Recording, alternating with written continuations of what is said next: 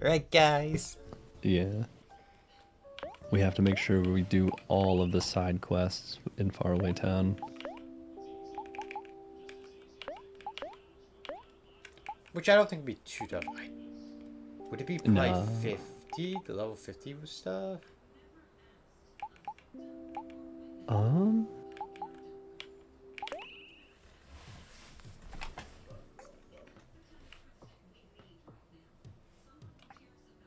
Because we would have at least gotten I like the think. 25 trash thing, right? Yeah, I would think so.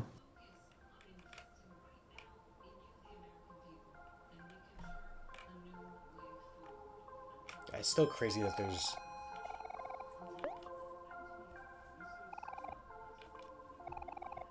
There's probably like a way to like min-max like all the jobs and everything to get like as much money as possible to get the CDs. Yeah, there must be. It was just up.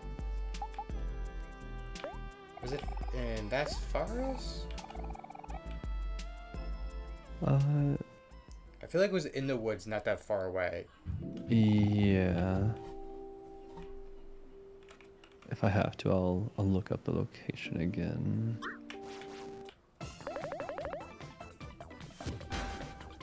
Cause I remember I think by the ladder, but like, I do know it's in I think it's the right. I want to say it's the right side. yeah.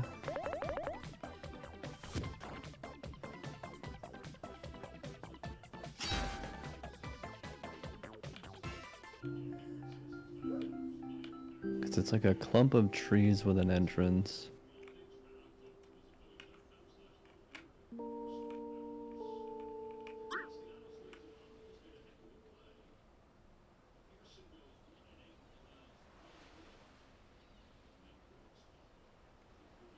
We might have to go up or down one because I think I think below the park is where it like does the loop. Okay. I might be completely wrong. Is it here? No. Okay. Wait, is that not it? No, because there'd be a doghouse. This is the Oh, yeah, a right. vice. That's Yeah. the Wise Rock. Okay. But it looks similar. So I think that was the whole thing was like it's a doghouse, and sometimes you hear the dog. Yeah. Because that's the train station. I do see something here, but I don't. Are we in like there? This one? Oh. A dandelion. Nice. Excellent, excellent, excellent. Oh, that's cool.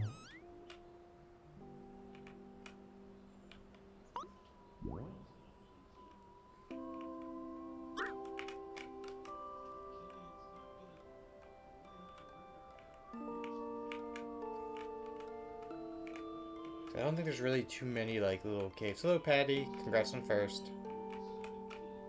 Technically, Hey, Patty. he kind of cheated because he like knew I was gonna go live. I suppose I could have cheated. True. But I like to give the people the fighting chance. What? Aw, heck yeah. Oh, you know what? I bet when you clear them out from the junkyard, they probably come here. That's kind of awesome. I like how they spread around the place.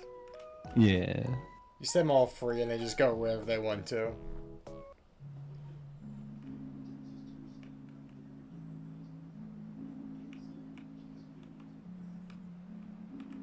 Alright, I think... It would be a little southeast of the ladder, I think. Or am I crazy? I don't think you can go anywhere from here though, right? Oh no, not that ladder. The It's bridge. definitely... Yeah. So we have that. It's actually south of the playground then, huh? Yeah. Okay. And it's like to the east.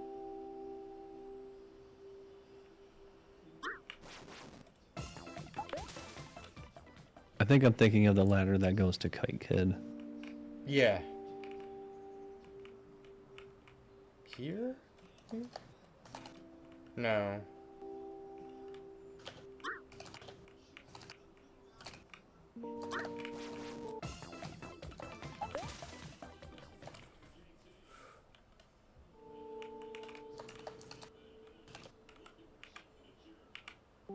Okay, yeah, so this is the Kite Kid ladder. So I think it's Yes. directly Oh, south of it. that set of trees down there. Yeah. Because if you go too far east, it like it does the loop, right? Yep. That's definitely it. Yep, that's it. Oh, he's here. Hey. Nice.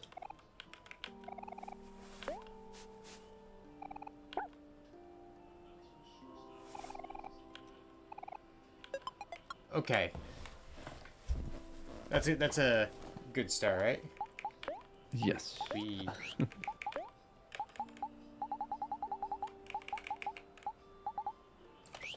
Is that? Would that be? Okay, would that be toys? Okay, so we do have some.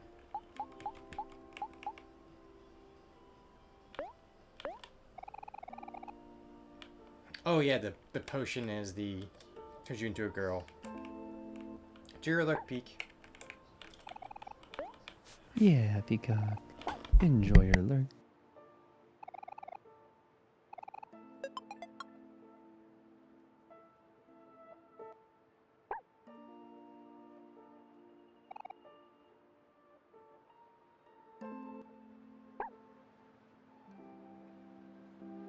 Apparently this is a good way to farm life gems too. Is it like where like he has to show up and depending on where he is or you it's just random what he gets? Nope, just completely random, yeah. But it's always an item in a list of 6. Okay, maybe that's why because other places are like 1 in 7 or 1 in 8. Mm-hmm.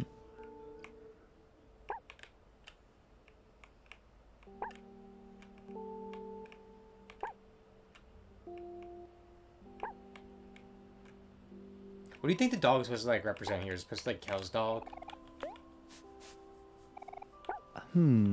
I would think so.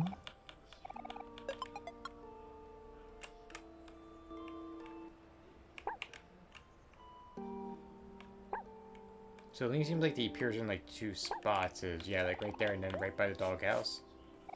Yeah.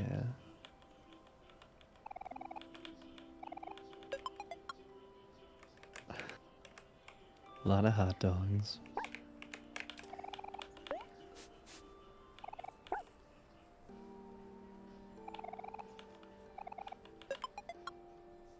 So what is it? Hot dog, cherry soda, rubber band, can, life jam, and then something else? Sparkler maybe?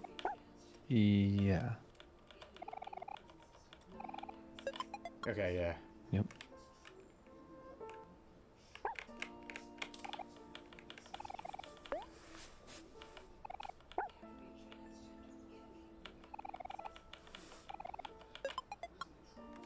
Oh, could be here a little bit. Yeah, that's why I was like, you know what? Maybe we just like grind out this Jeep and just be like, okay, we're done. We Yeah, just... this'll. I think this is like the last, like really, really grindy one. Yeah, because the So- rest are just like, do this, do this. I mean, I guess doing all the things around town is technically grindy, but like, It's a variety. yeah, it's variety. We technically haven't seen what they are on day 2, day 3. Like we only did like 1 attempt of like the tests. Yeah. And also, some of them are really fun. Like, what was it? The dad who's trying to like fix things around the house. Like that just gets like, steadily funnier. Helping the couple pick things out and then their party. Yep.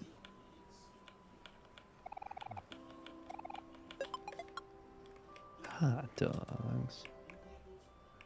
But can you imagine being one of like the new couple to town? Like you're like, oh, I'm gonna go bring the nice boy flowers, because he got hurt, and then you just see like a bunch of other flowers from people around town. Or like, who was this guy? Is he like the superhero of town? Reality is just a boy who's decided after 3 years to come out of this room. Yeah.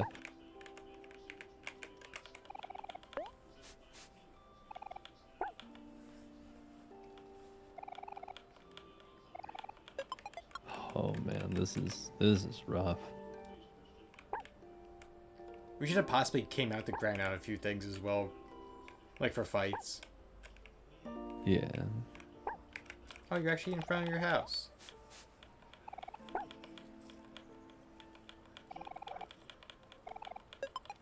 Okay, life jam.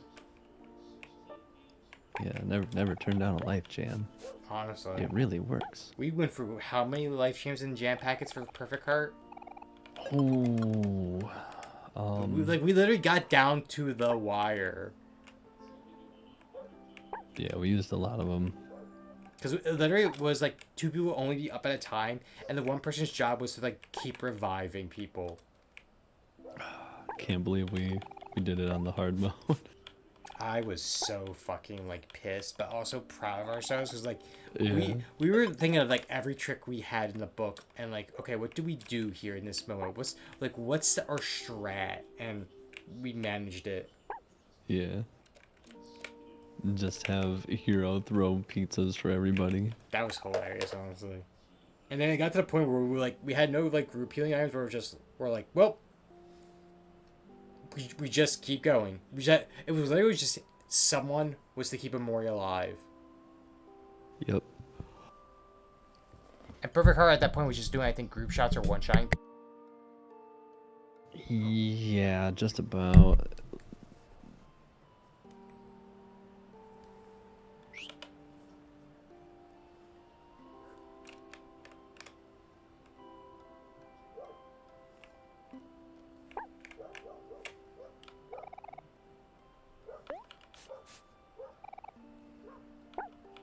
Woof, woof, woof, woof. My own puppy's woofing as well. I can hear it. Yeah. Yeah. I can hear it just a tiny bit.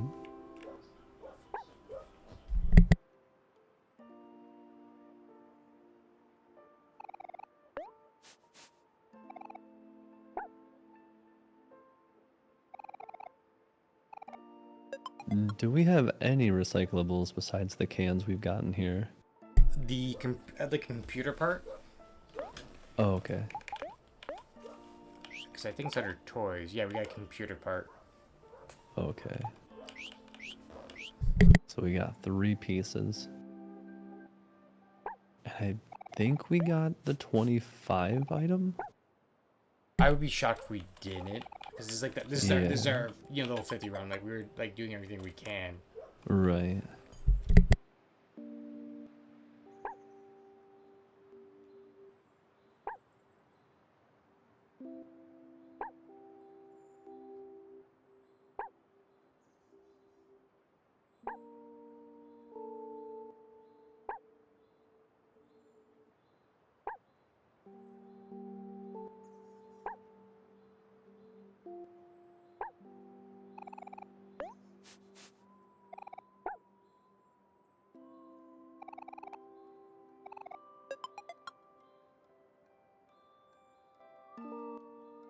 Hmm.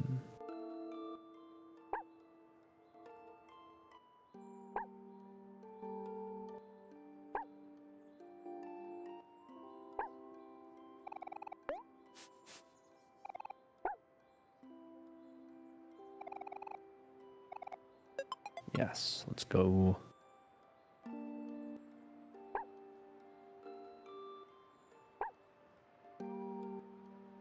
Yeah, sometimes just gotta grind it out.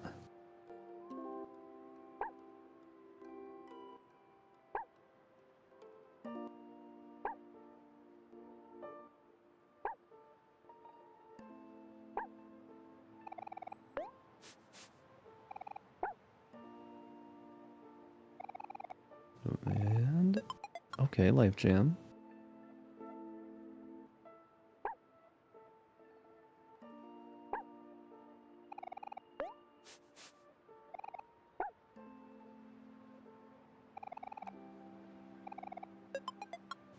Rubber band.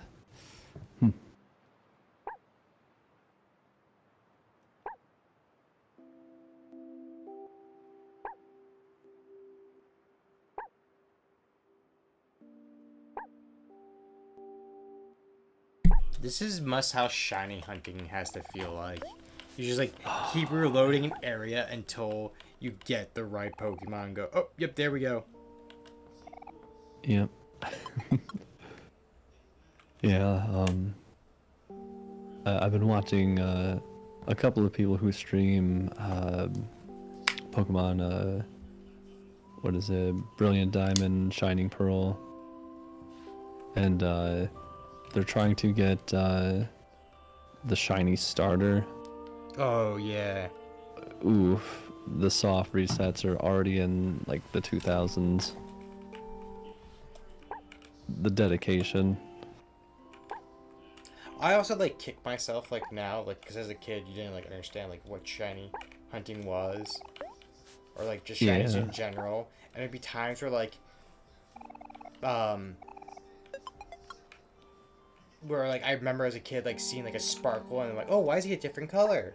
And then like accidentally not knocking out, going, oh well, and then looking back like, Oh you had a no. chance because there was like one, it was emerald and it was like a shiny Poochyena, Oh no. and like I kicked myself down like I could have a shiny Mightyena going to the Elite Four. Yeah. Oh. I had a weird lucky run with like when I played Sun, because I had like the Pokemon virus on one Pokemon and it went to my whole team. And apparently like I think what it does is like it just boosts like their stats. Yeah. Like it doesn't harm them or anything like that. And it like it's supposed to only like stay there for like a day, but for some reason like it glitched so they had it for like my whole playthrough. So like all my Pokemon were Oh just wow. like boosted. So I was like technically playing like an Nice. easy mode. But like at the time I was like, oh, Pokemon virus? Okay. Yeah. It will go away on its own and then never went away on its own. Yeah. Pokerus.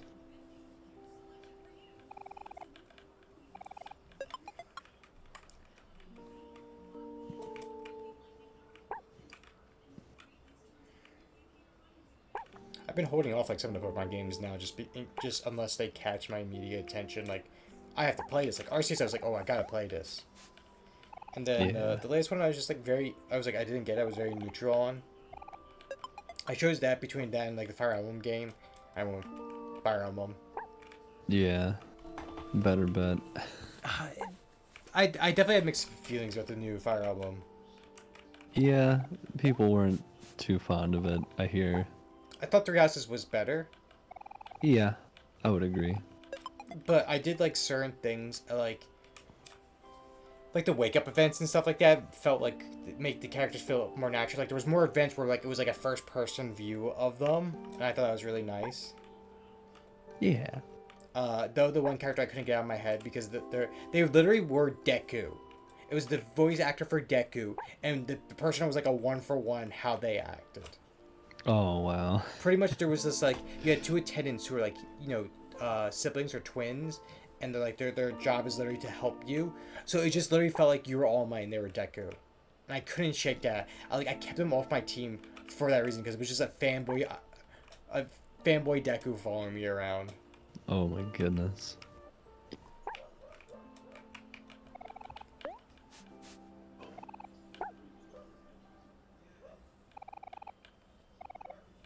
I think the only other slightly gripe I had was like most of the people that you got were like that you were gonna get via story. There was only like a handful, like 3 or 4 characters that you would get from like side missions or like completing a quest a certain way.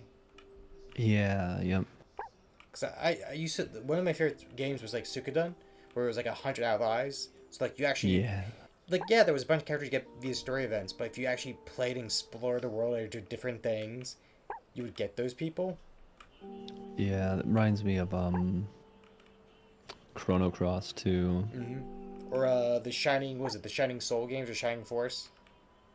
Oh, I've only played like one of those, and I can't recall which one. I remember the one because it was like you had like town events, so if you actually did like side quests or like did your best to like talk with certain people or even on the world map go to certain places, like one was like in the world map early on, if you went to like a little tiny building that you could see, you would find a monk who'd be like, hey, I'll serve you guys, like I'll serve you guys because you're the heroes. Mm-hmm.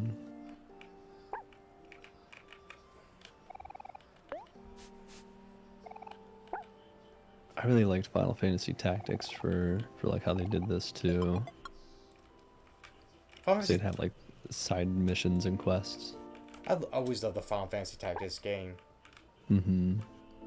I also like how like each of the like VRs were very good for certain classes. So we're like Moogles, like every and they each class had its own unique portrait for Yes. that as well. So the Viera and like Viera Moogles and all of them had like a character art for like each one. Yeah. Oh, so good. Also, so quotable was it I think was it War of the Lions or Tactics where they talked the pen is not mightier than the sword and the sword not mightier than the pen, but it's best to know when to use the sword and when to use the pen. I was just like I'm like this is like technically an E for 10 game, guys. You're dropping Yeah. mad wisdom on us. A little bit. It was such a like an outrageous like plot to a game. Oh yeah. And then like because I what was it the first your first fight is technically in the real world and it's a snowball fight. Yeah, for advance. And then Path of the Corruption I think was it was like A2 Path of something maybe. It was the DS one. I even liked that one because I thought it was really cool. Yeah. Though it was difficult because they had like the judges and the card things like you would get a yellow card or red card if you do this. Oh yes, Like, yes, I know. I remember one where I entered it was like no melee attacking, so everyone was either just using their ranged weapon like a bow or just throwing rocks. It was Yep. it was definitely a tie. Mm-hmm.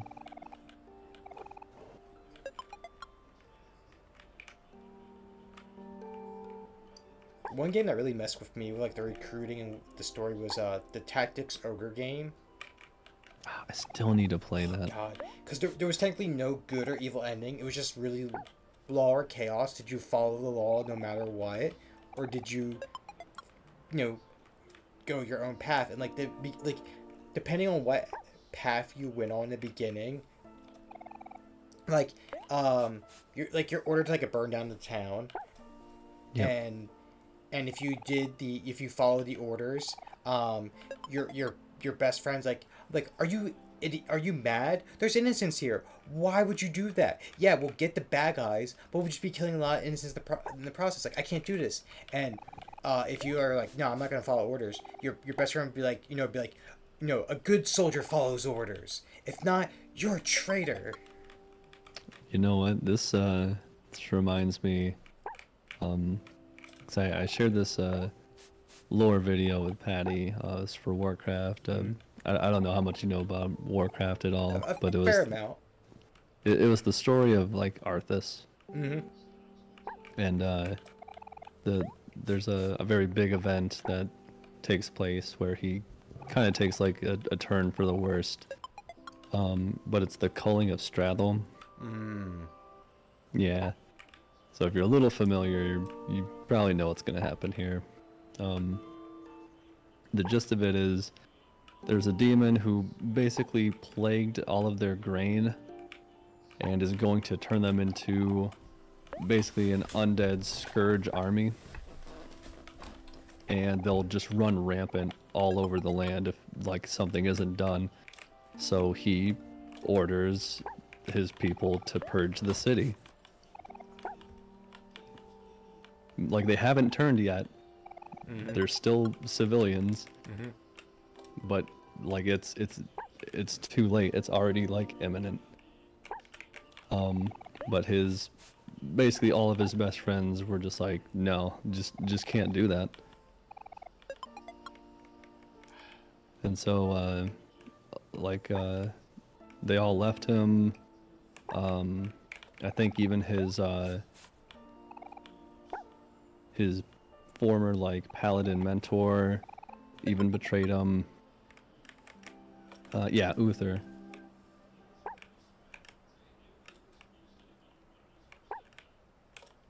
You know how to really? I- Oh, go ahead. Yeah, I was just saying, I still think he made the right call though, It's despite how tough it was. I just like how people either love it or hate it. Is the the Grey Knights in like 40K because they handle chaos. So like if corruption ends on a planet, like it doesn't take much for it to like spread, right? So there's always been like stories where like they'll show up to a planet, there's a little bit of corruption, they're like nuke the planet. Yep. Sheesh. And there'd be like people like, oh, that's too dark or edgy, and the Grey Knight's mentality is like, hey, let's say we rescued like 1 billion people from this planet, right? And what if quite a few of them, let's say like 10% of them are corrupted with chaos, and we spread those survivors across to other planets, it'll just spread like a plague. Yeah. So their idea, their whole mindset was like the Black Plague during the Middle Ages, where it was like, hey, a ship came in, there was someone sick, burn the ship and burn the people. Oof. That was just the Grey Knight's mentality in Warhammer. Yeah, very, very similar scenario here. It's like these people are infected. We can't let them leave. Purge the city, burn all of the ships.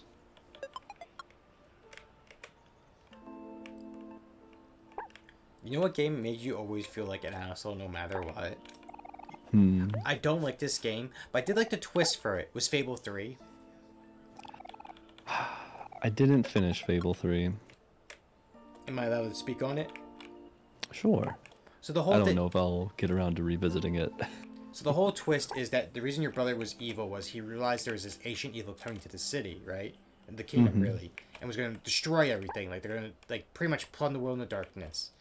And so he was forcing all these, like, everyone to work. Like, if you're not in the military, you work around the clock producing weapons, armor, stuff like that. Children as well has to work. Everyone, you're getting taxed heavily. It goes to the crown to, like, hire mercenaries, hire weapons, boats. Because his idea was, like, hey, if we don't win this war, it's over. The whole kingdom's dead, quite literally. Yeah. So he was willing to become the tyrant because he was willing to protect the country no matter what.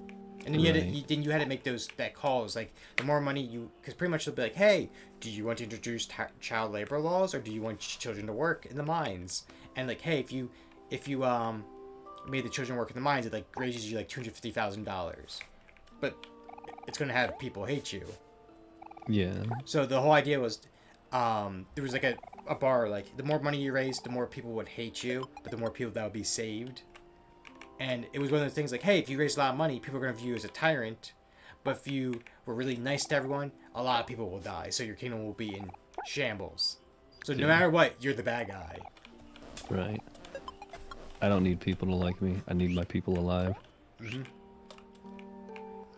And that was just your brother viewed it. And there was like a choice, like they're like, oh, you could, still like send your brother to the execution block. And I'm like, wait, the only guy that knows what we're facing and what needs to be done, yeah, he might be a bad guy, but he can still give me advice like, hey,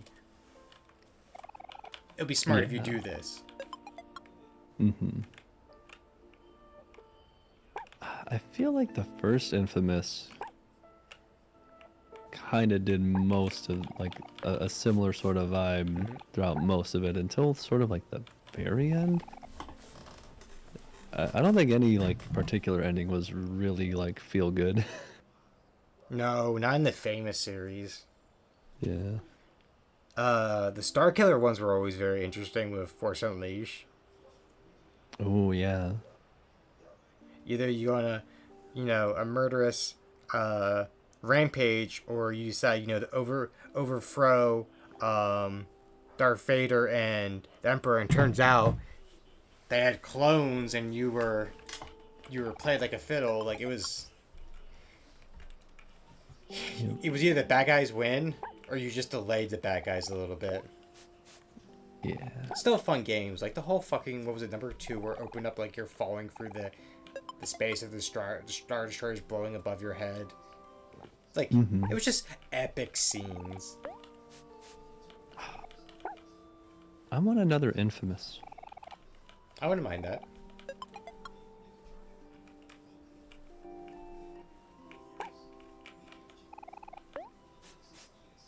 You know what? Another game I would love, just because it was very interesting, especially like the politics and everything like that. Another Metro. Oh yeah. Metros are always fun. Though they probably would not call it 2038 anymore. But by the rate we're going, we might end up like those games.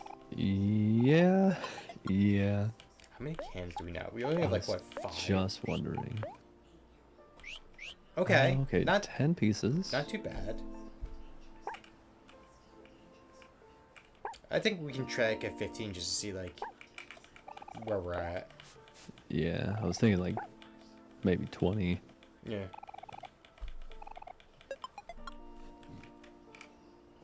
So I believe this is also the one where we dumped in a few bits of recycle that we found along the way. Yeah. Cause I think like just traveling like in the Humphreys area, you get like a few. Yeah.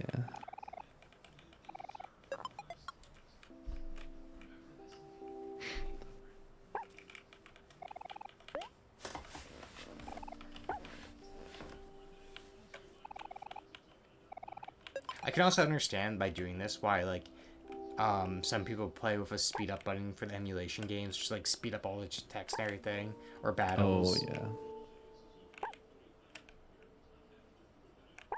I remember I used to emulate the Gen 1 Pokemon games, and I would speed it up because XP share wasn't as efficient as it was like it is today. Oh god, yeah. So wanting to grind up your team without using the rare candy exploit. I still think one of my greatest Pokemon story is finding Missing No by accident. Oh, that's great.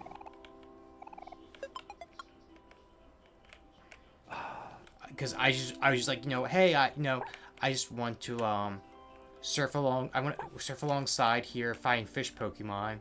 I don't want to like sail too far away in case they hurt me. Because I was a kid, like I could get wiped by making dumb moves in a Pokemon game. Because I wasn't thinking about like type advantage. I was thinking, what's cool Pokemon? What's a cool move to use? Yeah. And I saw Missing No, and I was just like, what the fuck is this?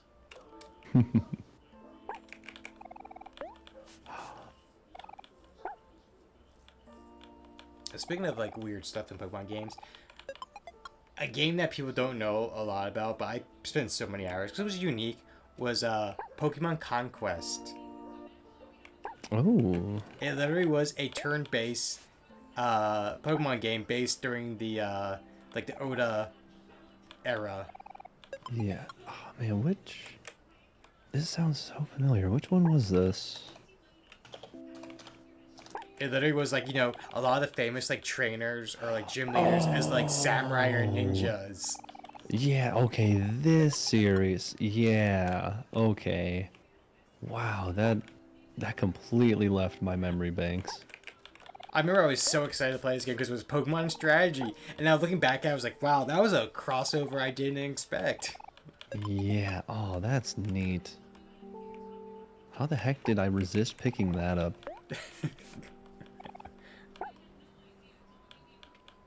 It's literally one of those crossovers you would never think of happening.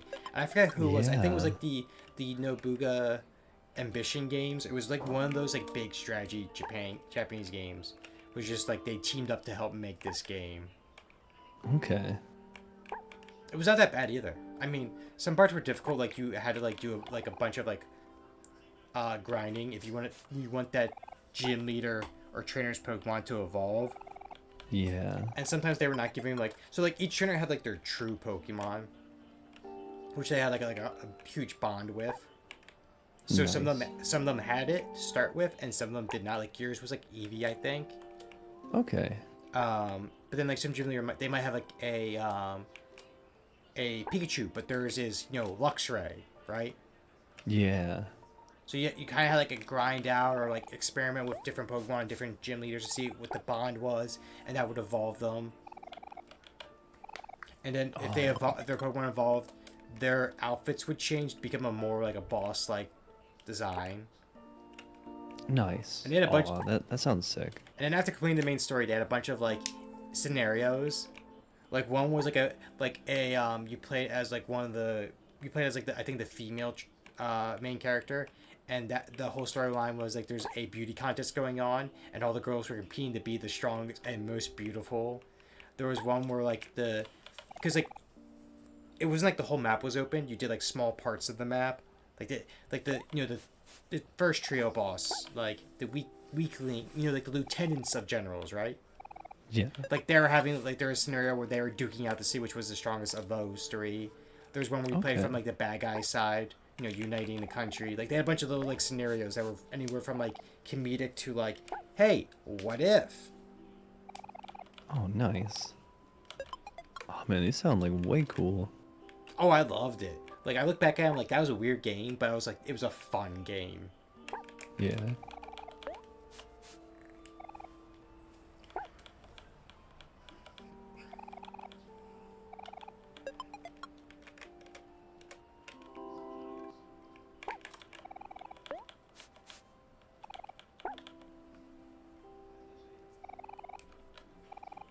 Reminds me, Suikoden is supposed to get like a new um game soon. Or like a remaster remake.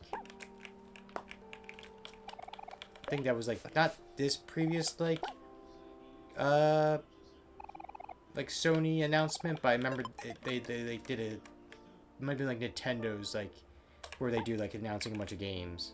Their Yeah, dresses, there was one. yeah, that does sound familiar. I don't think I ever asked, because I can't remember an answer. Why is your bot called Moobot? That's literally what it is. It's called Moobot.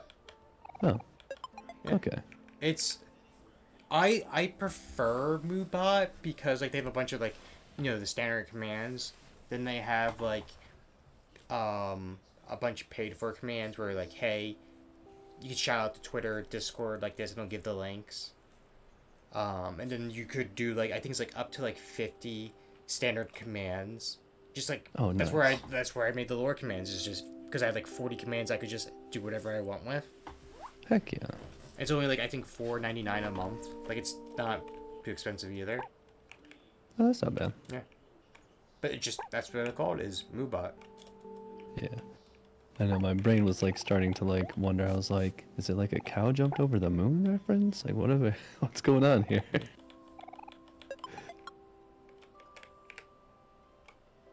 That'd be really fun. Like that'd be like a stretch of like, you know, bit of lore. Yeah.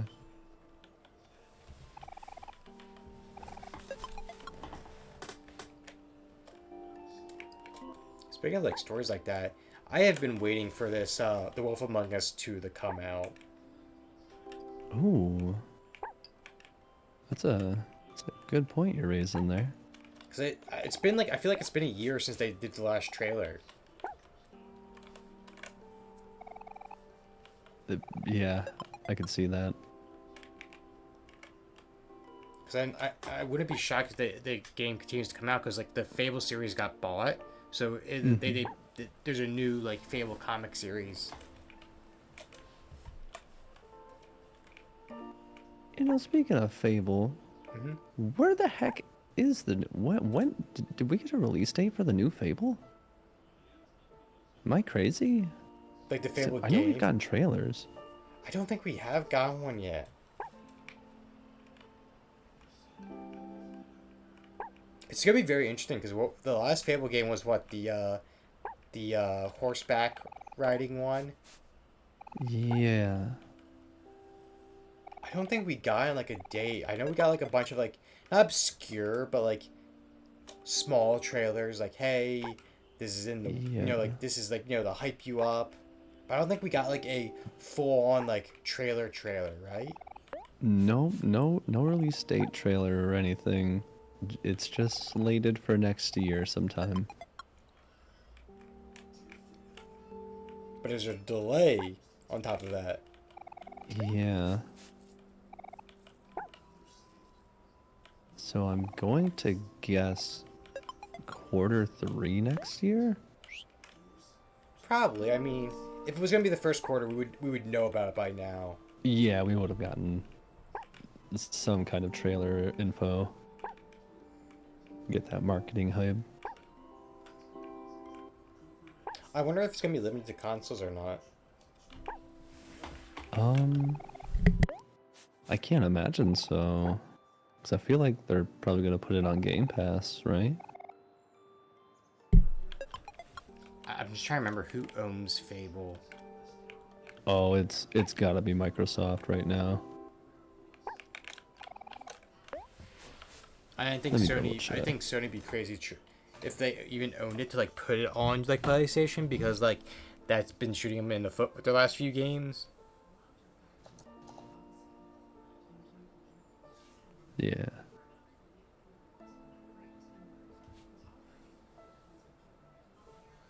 Published by Xbox Game Studios. So yep, Microsoft. Developed by Playground Games now. Okay, yeah, okay. So Microsoft, yeah, it's gonna be on Xbox. It's gonna probably gonna be on Game Pass. The question is if it's gonna be a Game Pass day one or not. That's a good question. We'll probably find out whenever they put out their official like trailer. Mm-hmm.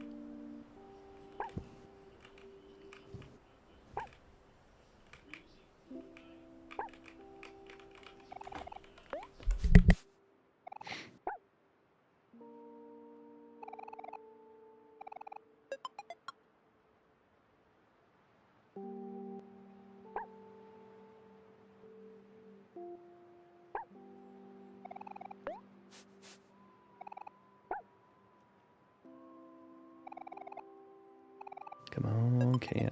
Oof.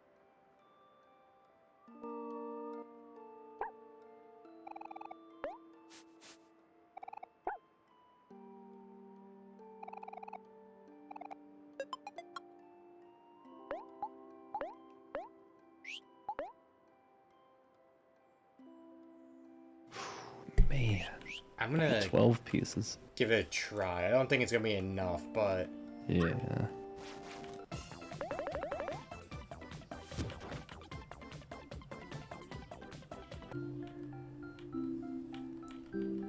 I know this is a little grindier than I thought it was going to be.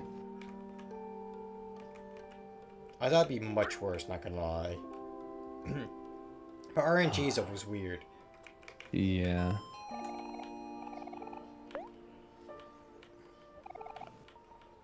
Like I didn't realize just how bad like RNG can be sometimes when you really leave it to like true RNG. I've been like big on my RuneScape grind, and I've been watching a few videos like sometimes throughout like my shifts, and it's usually like, you know, factoids that you wouldn't like know about, but sometimes they'll highlight community like achievements. And one of them was like how like people like to post their dry streak of how long you can go without getting something. One person has managed like 20,000 kills of a boss without getting like the pet drop, which is usually like one in like a few thousand or something. So they've reached 20,000 and no pet drop. Just absolutely terrible luck.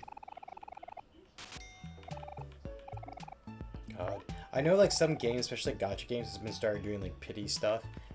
If you hit a point. Yeah. Like I know Fate Grand Order has a pity thing now, and so does like Zenless, where they're like, oh, if you do enough pulls, they're just gonna give you like a free, like, for Zenless S rank or pick your own. Oh wow. But man, I know it's like to get like a level 100 in skill in RuneScape, it's like what, pure chance, like you could get it or not for that account.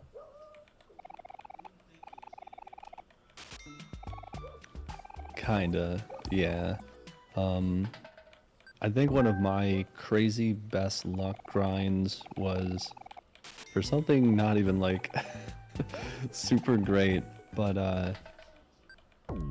it was for a dragon defender, which is usually like a nice little offhand stat stick for like mid-level accounts.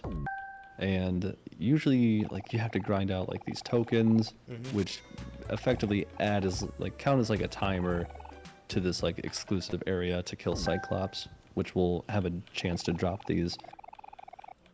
And you have to collect all of these defenders in like a tier order from bronze all the way to dragon, which is about like I don't know, like 8. Let's see, bronze, iron, steel, mithril, adamant, rune, dragon. And some people have had terrible luck. Like this could usually be a pretty hefty, like 8-hour like time sink. But I went into the grind with like that in mind, and I ground out like a whole bunch of tokens. I was like, I set aside like a day, like mentally prepared. I was like, okay, let's just get this grind done. And I had the craziest luck, and I banged the whole thing out in almost a half hour. I couldn't believe it. There's been some games where I like going like I'm like, okay, I'm gonna spend a bit of time doing this, and then I just do it in like 30 minutes, and I'm like, fuck, what do I do for the next like 2 hours? Yeah, I think you recently talked like the Millennia Oh fight. God, I could not believe that. But then a part of me is like, maybe just because I'm like I'm not gonna say expert, but just used to Soulsborne games. Like I'm used to like playing a certain way, and I went had into enough experience. Yeah, so I went into a certain way. Like I beat Lady Maria, the Clock Tower, Orphan of Kos. I did Lady, Sister Frayed, all 3 phases. Like, I got some experience underneath my belt of like difficult fucking bosses. And I did it on my 3rd try. I'm like, what do I do for the rest of the day? Like, where do I go now? Yeah. I've been putting off the DLC just because like I was like, oh, it would be fun, Saku, if we we both got back into Elden Ring shape and didn't do it. Like one of us will do the one boss in Elden Ring, then we would help the other person complete it, right? Yeah. That'd be cool. Because like because I thought one thing that'd be really cool. This is not a spoiler, but depending on how you help NPCs and who and what, one of the last boss fights in like the DLC, including your mimic tier, because you could like your mimic tier can counts as one of your 2 like player summons. You could literally walk into the fight and it becomes a 5v5. Nice. Because the enemy, your NPC allies, summon in a certain order, and if they don't kill each other right away or they don't kill you, you could just be doing a 5-on-5 like straight up fight. And I just love the concept of that. I was like, wouldn't that be really cool? It would be really good. Really sick. Oh. So to like get back into that shape, and then we actually need to get back into it because we left off with before we're done. I was like, hey, I'm new. I'm on journey 3. I think it's 3 now. I'm like, hey, I need to actually get back in shape if I'm gonna do this DLC. Would you want to? Yeah. Would you want to be my summon for the fight, and we'll do the deal. We'll do the bosses going up to Radon, then going up to Mog, and then we'll tackle DLC. Heck yeah.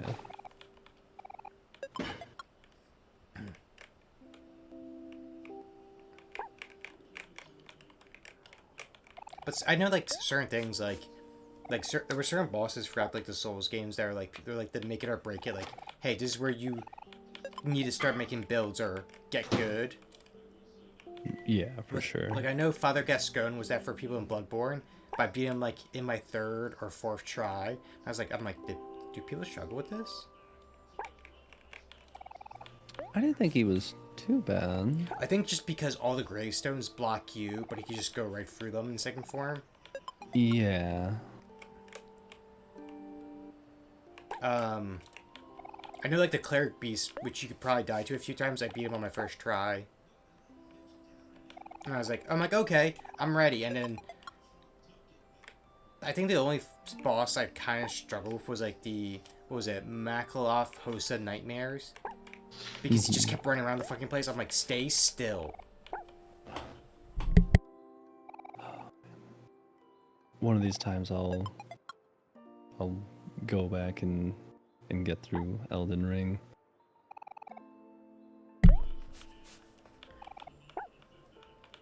Certain bosses I definitely struggled with. Like, I know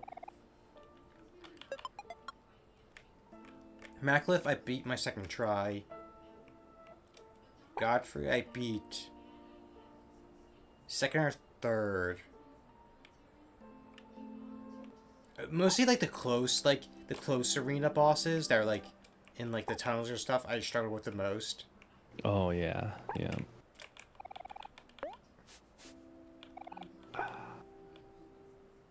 I'm just so notoriously bad at like the Soulsborne games.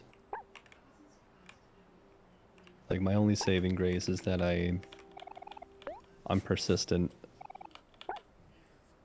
The ones I hated a lot was the Knights Cavalry. Because I Ooh. thought, when fighting him, I thought, like, being on horseback was, like, the easier way to beat him. Apparently, it's not. Apparently, actually, it's much easier to beat him on foot than it is on horseback. Yeah.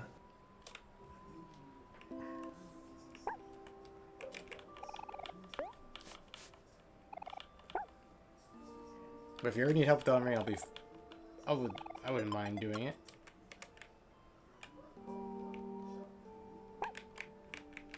Yeah, I think just like at the time I wasn't like mentally prepared to like grind out a brutal like game.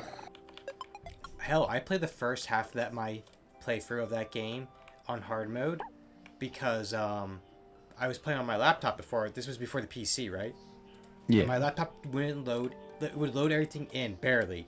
It would not load in normal enemies, so they were invisible. So like I went through all of Sternvale Castle, just having to memorize where enemies would be and paying attention to where they were Oh my to gosh. fight them. Yeah. Because bosses would load in normally, so I was like, oh, if it's just normal enemies, if I just know where they are and take them out before they swarm me, I'm fine. Mm-hmm. And then when I got my PC, I was like, oh my god, this is night and day. Yeah. I also like to like not really play it on like a hard mode or anything, but I like to not like rely on summons, so I can kind of like go about figuring out the fight myself. I'll admit I like using some summons just because sometimes it can be meme worthy and other times it can be like, oh fuck. Like Yeah. the headless ones, they teleport. And I noticed if they teleport, it immediately throws off the AI where it is, so they'll immediately turn their attention to you. So there's times where like they're charging a big attack to focus on my summon, and then the summon teleports. So immediately they aim the big attack at me. I'm like, oh fuck, oh fuck, oh fuck. It's awful. I'm also in that camp where if I'm not like I know some people are like, oh hey, like no certain weapons, no summons or no spells. I'm like, Yeah. if it's there, use it. I mean, Right. like we've been begging for like spells in like the Souls games for a long time, like more spells. And now they gave us a game with like 100 spells and incantations and everything. I'm like, yeah, go ahead and use them. Right. I'm like, you know how fun it is to throw a moon at people? Hilarious. You know how hilarious it is you go against a boss like Mog and you kill them by throwing rocks at them? Beautiful. Oh, incredible.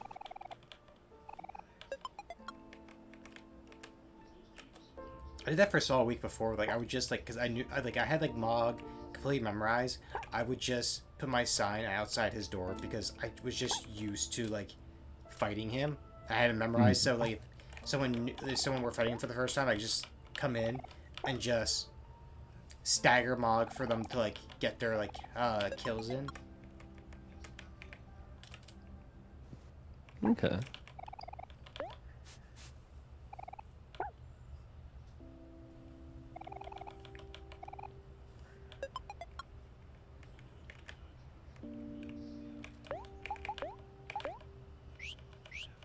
I know Radon I definitely struggled with at first. Because, like, when I first entered the area, I'm like, oh, he's far away, he won't hit me. And I'm just walking to the first sign and just, like, get fucking sniped. I'm like, oh, this is how we're playing it. Sure are.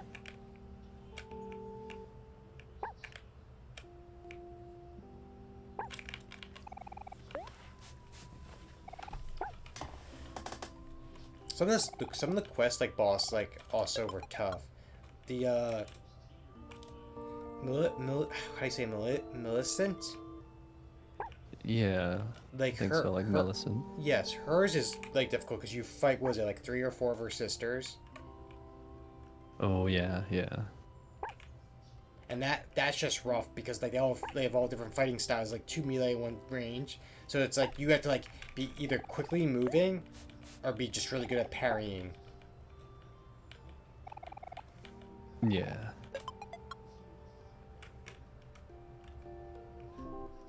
But her was like one of my favorite like quest lines.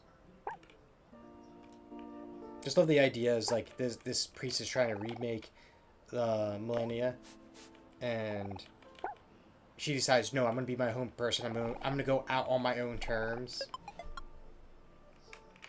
Heck yeah. I'm a strong, independent individual. Mm-hmm. I am a strong, independent, rotting corpse.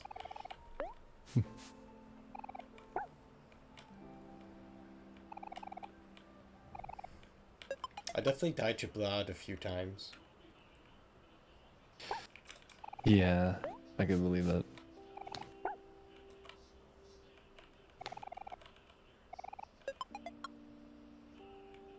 I died a few times to Radagon, but not the other beast. I think just Yeah, go ahead. I was gonna say, I feel like I hear a lot of people don't like struggle on the Elden Beast as much. I think a lot of it's just, especially if you use magic, because he like goes range, and he doesn't really have too many range spells. Like he'll like jump back. If you have range, you're like, okay, poke, poke, poke, poke, poke, poke. Or Radagon, where if he hits the ground, it's a AOE. So like you actually had to dodge the right time, or be, like parrying or hitting the right things. I see people like not do this enough, but learning to jump to dodge attacks too. Yeah, I learned that the Like, hard way with him. mhm. That was one of the bosses where, because it's like a seismic wave, like you have to like jump the right time. But yeah, there's a lot of like anything like that's like a sweeping attack that's near the ground, you can absolutely jump over it. Or like even if it's like a swipe at the mid, if you roll into it, the game counts as you rolled like underneath it. Yeah.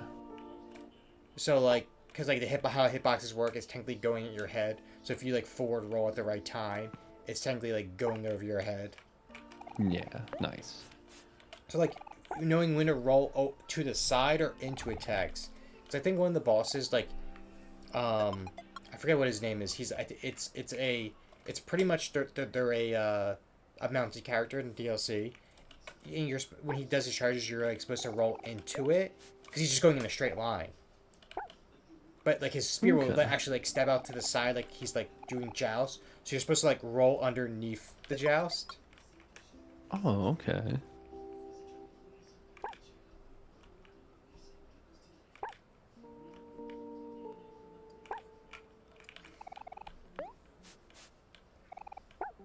I still think, I know there's technically harder bosses, but I definitely think like the Orphan of Kos was like definitely one of the hardest ones because they would just jump around the field like it's nothing. They're like, oh, we're across the map. Here, let me jump and slam down right in front of you.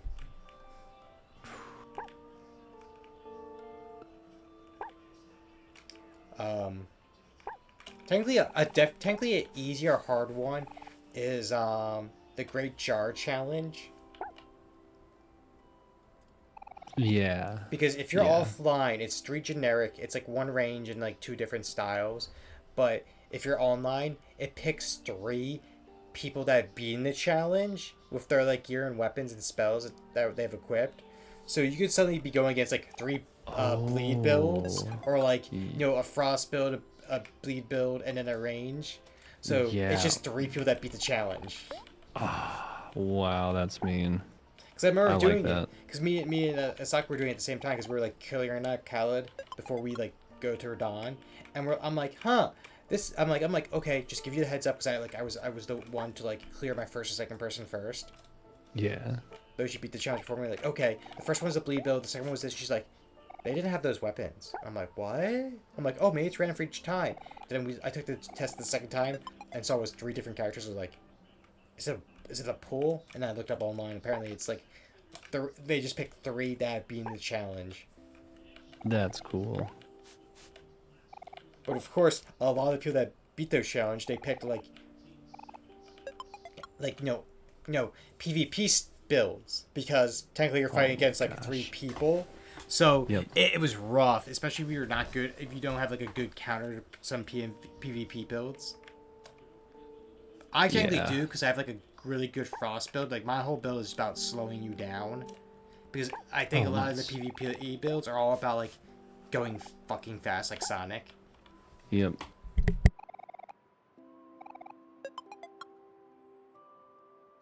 There's been times where we just like we'll get evaded because we're playing together, and there'll be times where we'll get attacked, and they would rush me because I'm the host, and I would just be like, okay, fine, we'll play this game. Freeze them, run away, and Saku would just throw lightning bolts at them. We're like, what do you expect? I'm the tank, I'm the tank character. And she's the range character. Or as they're like approaching us, we'll just throw a bunch of range spells because she'll throw a bunch of fast spells, making them dodge. And as as they finish to dodge, my slow spell will hit them. Because I'll throw the slow AOE's. Yeah. Because they would run out of dodge. Or sprint. I do love frost builds in games. There's something satisfying about them. Yeah. Okay, we got 6, so I'm gonna try again. Maybe it's the villain in me, but I just love watching people like struggle to run away when they can't. I've always been like a poison build or like healing builds where like if I'm playing like let's say Slay the Spire, if I have something that's like constantly giving me health back, I'll fully be like, okay, I'll bleed you slowly. Yeah, yep. I'm very similar. Like I love the poison builds, and I love anything that can like life steal. One of my because like I played Magic. I played a mono swamp deck, and my deck was pretty much a zombie vampire deck with almost all my characters having regenerate, and I have like a lot of low level monsters, and the whole idea was like it's a snowball effect. Yeah, the first 3 turns, 3/1/1 zombies. No problem. But, by the time round 10 happens, and now there's like 15 zombies, 2 or 3 vampires, some characters like Vampire Nocturne's giving all my vampires +2/1 flying. It starts with like, oh shit, like, you've been bleeding me slowly. Yeah. For the little like while I did play League, like in its early seasons, my 2 like favorite like heroes to play were Vlad and Teemo.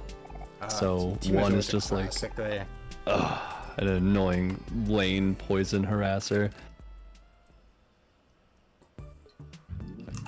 And then Vlad, well that's my like brand pretty much. I surprise people what I play with. Oh. Okay, first, I'll let you guess what lane I was, or jungle. Top lane. Nope. Mid lane. I was a mid laner. Okay. Guess as what? This is what shocked people, I think.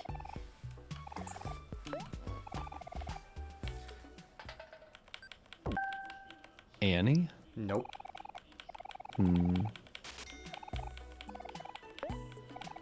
What season did you play? I was there from like years ago, okay? Okay. Like anyone that was in the base when it dropped. Kassadin. Technically there was 2 I played, but the one I played 90% of my time.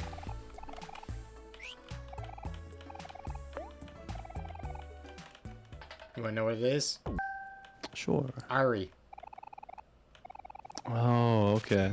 I was Not Ari. surprising at all. I was Ari mid, and my whole thing was just baiting people to different lanes, or bait him to the mid lane to push too far. Yeah. I would never have any kills, but I would have a bunch of assists.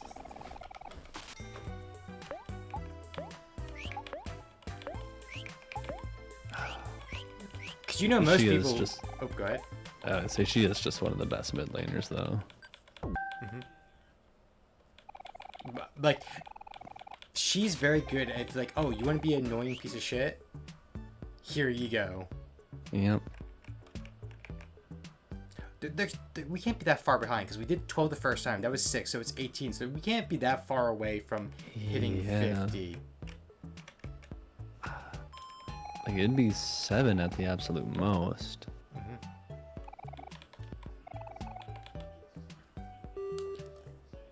Yeah, when I told people I was like in mid lane Ari, they're like, oh, I see it now. Yeah. Mostly just because like I have a good skill at like teasing to get underneath the skin just a amount, and they're like, ah, you're playing a character that is good at getting underneath other team's skin. Mm-hmm.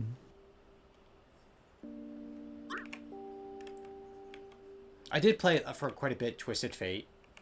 And all was because I fell in love with a trailer with him in it. I'm like, oh, that's so cool. He's Gambit. And then I played around with some other characters. I played Ari one time. I'm like, you know what? This is my style. Yeah. Oh man, holy crap, Twisted Fate. What a monster he used to be. I feel like he's never utilized at all now. Yeah, I mean, the meta shifted so much that he's just kind of outclassed from what he used to be.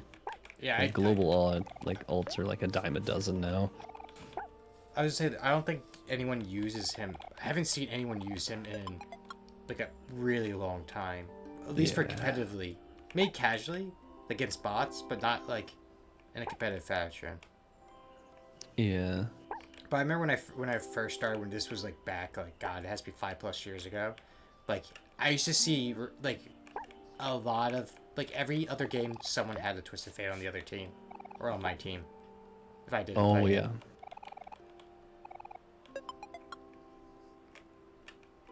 I remember a lot of champs in their most broken state. Heck, I remember playing Kassadin before they nerfed like how like the teleport worked. So all I would have to do is just rush like Nashor's Tooth and a Chalice, and bam, you just have infinite flashes all the time. Ooh. It was so good. It was crazy. I remember for a time period, I mean, you still find a lot of Teemo players, but I remember there was a time period where like every game there was a Teemo, and if you like did the ban for Teemo, like no one could play Teemo, it would throw some teams in disarray because it was built around a Teemo player. I think Darius is like a common character to say still. Yeah. I see a lot of Jinx players, but this might be a hot take, but I think 50% of them is just because of the show. Yeah, most likely. You know, she's a recognizable face. It brought people into the game. Like, there's people that watched the anime, fell off the anime, and had no idea there was a game involved. Right. I don't like Jinx. Not my style. My buddy loves maining her, but it is not my style. Nah. I occasionally, not occasionally, I would say like 1 in like 2-3 games I see him, you know, Fortune. Yeah.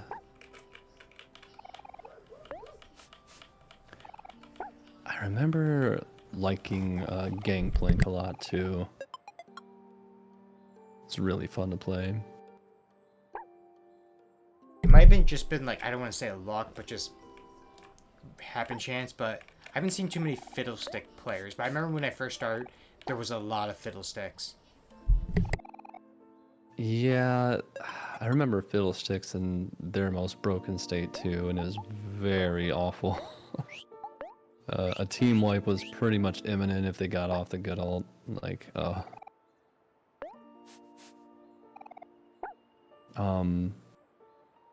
I started when Swain was about to release, so it was a long while ago. And Swain was so fun to play because, again, lifesteal character. That ultimate was just too good. I loved it. I'm gonna be right back in just 1 minute. All right, take your time.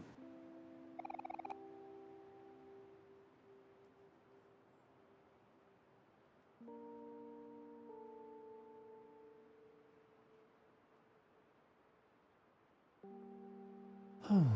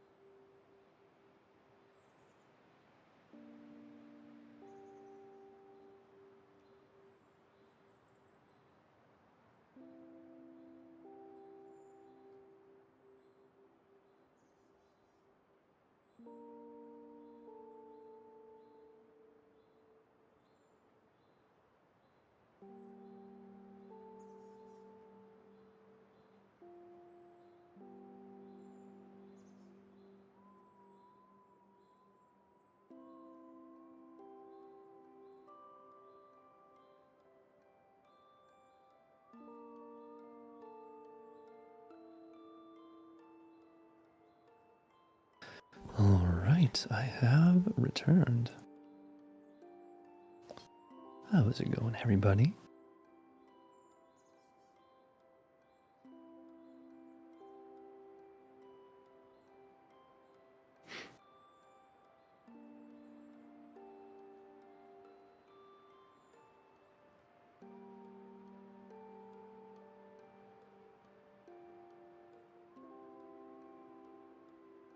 Back. Welcome back. I went and grabbed a coffee myself. So, excellent timing. You know what I was thinking while we were like discussing like League? We should be hearing more about like Smite 2 sometime soon. I actually just saw the... Was it an alpha for that? Mm-hmm. Yeah. So, yeah, I think you're right. We should be hearing some more about that.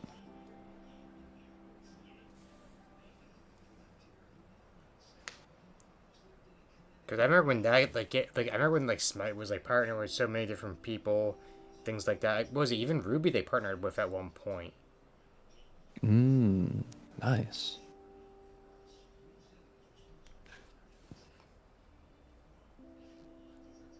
There was a few. I don't know. There was a few like IPs that like they like did a thing with, like they had like two 1 to 4 like heroes.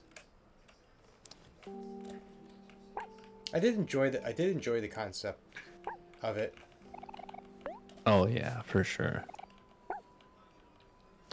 I wonder... Why would they make a Smite 2 over Smite? Maybe different engine. No. That would be my guess. It's also people forget it's a fairly old IP. It's getting there, for sure. It's at least 10 years old, to my knowledge. So maybe they just want to like update it like to a new engine, so just for long-term life. Mm-hmm.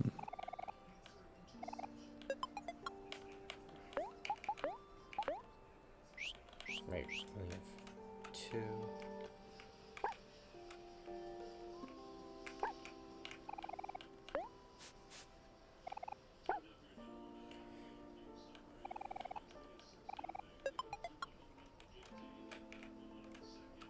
I do wonder how Deadlock's going to do with as a thing. So far, it seems like a lot of people are enjoying it. Yeah, like I've been really digging it. Cause I think the people I know that play is like you, David, Patty. There was one other. So I remember I tuned in one time and there was like 4 of you I think playing. Yeah. The only reason I've downloaded it yet was because I wasn't sure how much space Space Marine 2 was going to take. Because even though they said like 80 gigabytes, I was like, there might be like a day 1 patch of like another 10, 15. Yeah, that's fair. Game's getting big these days. Tell you what, despite the long load times, that game is so fucking pretty. Even on 30 frames, it's so fucking pretty. Oh, it looks so good. And it reminds me of something that I think a lot of video games forget. Is just be fun. Yes. Goodness, we've been needing that. Like, I love shorter, like densely packed games.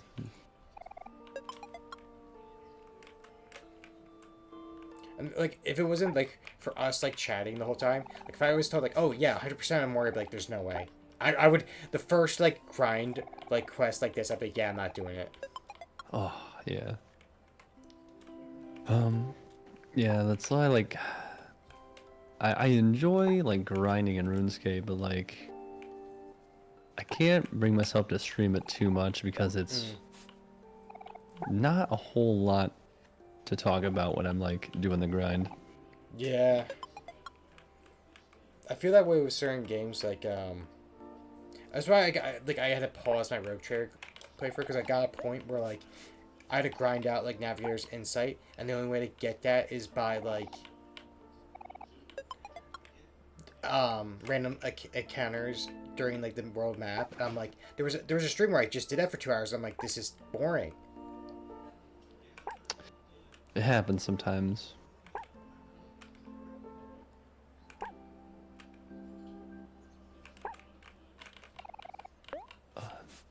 Games are getting big. God, what was it like when Oh, Warzone dropped? It was at goodness. least 100 gigabytes. I would not be shocked if GTA 6 when it eventually comes out, it's like 200 gigabytes. Yeah. I'm expecting maybe bigger.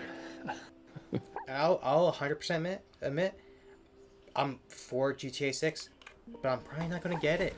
Just too big of a memory size, and a game that I would probably never finish. Unless a bunch of my friends were like, we're gonna get it, I probably won't get it. I'm tempted to pick it up mostly because I didn't play 4 or 5 at all. Really? Yeah, 4 and 5 are so drastically different. that's true. Like I watched my friend play a ton of 4, and I've seen more than a handful of people play like 5. Usually it's like RP stuff. Yep.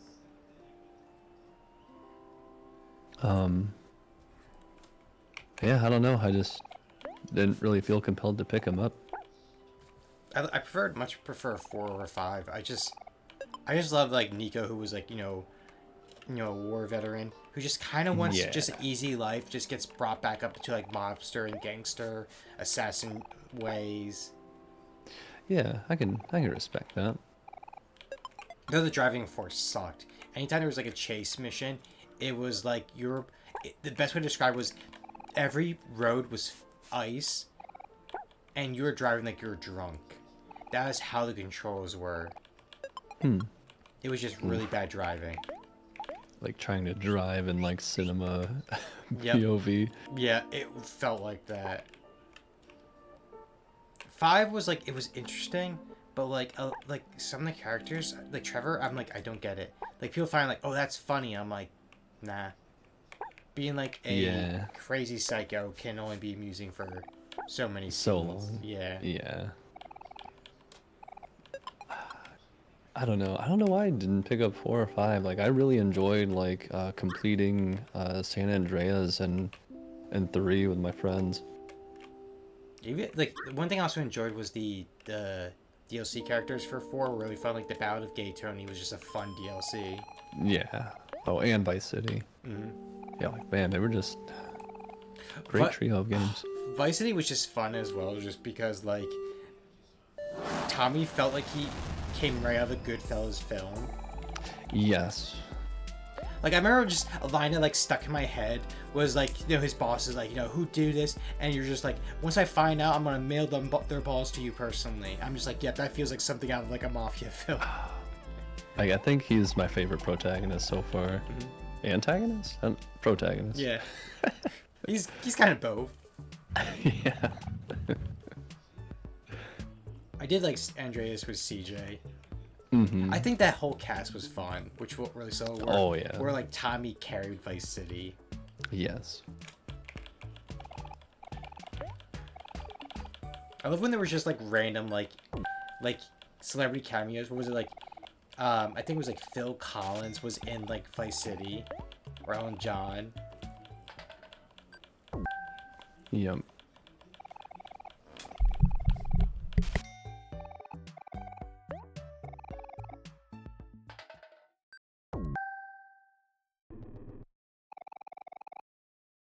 Finally.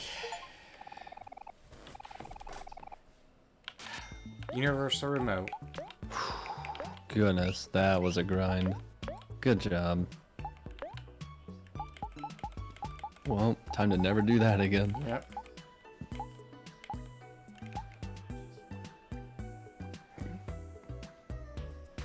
The funny thing is, because they have the Omori route gear, Yeah. it's not worth it. Not even close. Yeah. Jeez. It doesn't even come close to matching their ultimate accessory. Oof.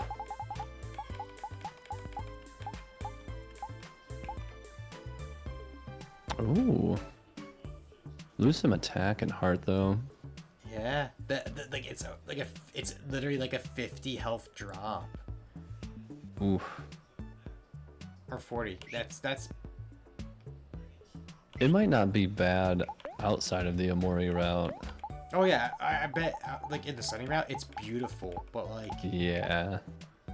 Not gonna do this grind again though. yeah, like for Kel it's a mostly downer, speed down, attack down, juice down. Yeah. They lose a lot of like their best stats that they want. It'd probably be good for him because we just had. Yeah, so health will go up, juice will go up, attack go up, defense go up. His speed and luck will just go down because we just put the rabbit's foot on him. Because we need Hero to go faster because of the whole perk part. Yeah.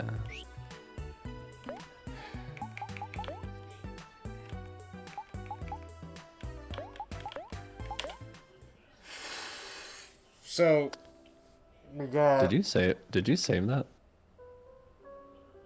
No, because we just have to go through the Okay. sunny route.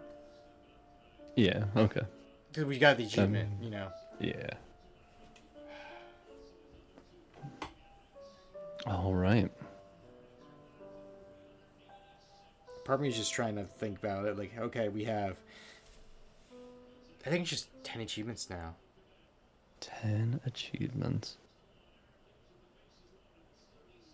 And I think it doesn't really start for us until after the tutorial.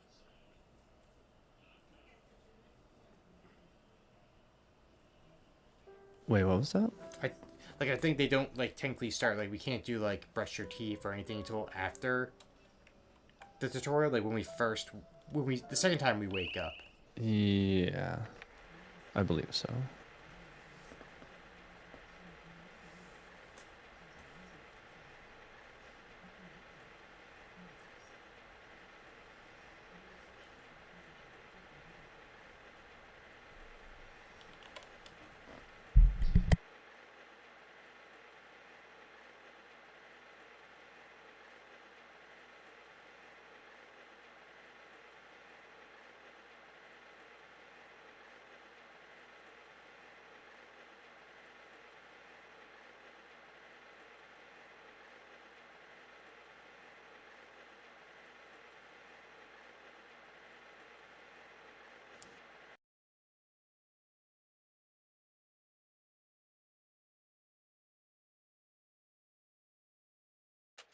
So what are we doing right now then?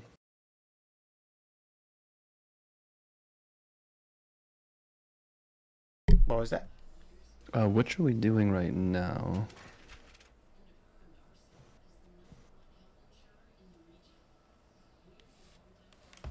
The sunny route. Yeah.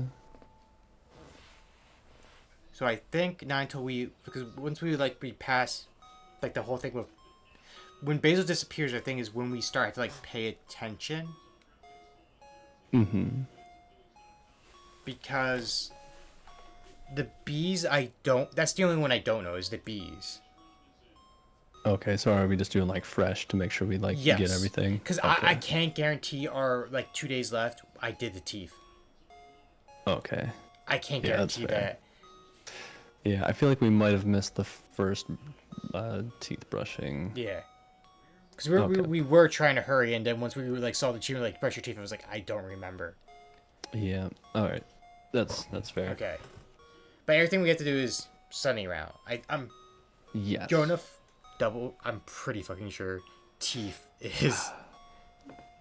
I don't know how to tell you this, but you know we're gonna have to do the pet rock game again, right? Yeah. Yep. Yep.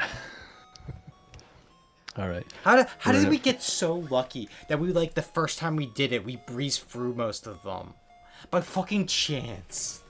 We were like thinking By like chance. we were thinking, okay, they do raclette, so we have to do paper, and it turned out like, oh, that was just a 33% chance. Yep. Okay. All right. All right, We got this. I'm gonna look it up just in case.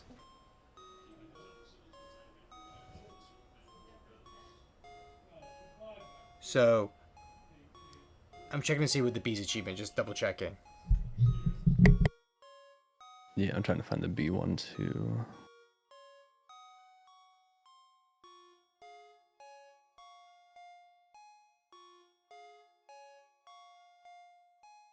Okay, there's a beehive behind the tire ball pole. Oh.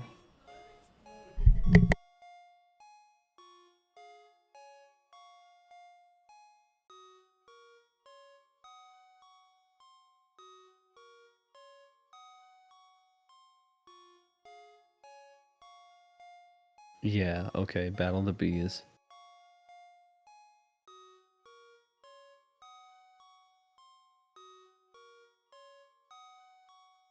All right.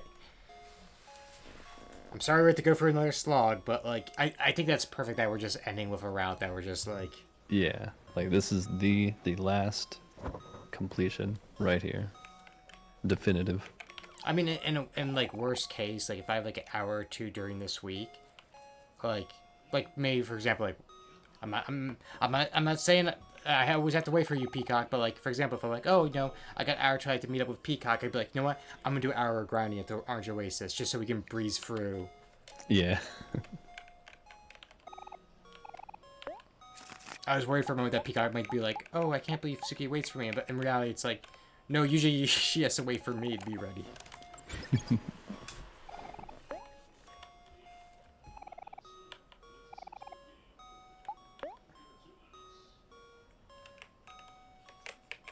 Everything was okay. I also noticed that how Trash is, what's his name, John? Yeah, I think. He's the one that's always like a merchant in different places. Yeah.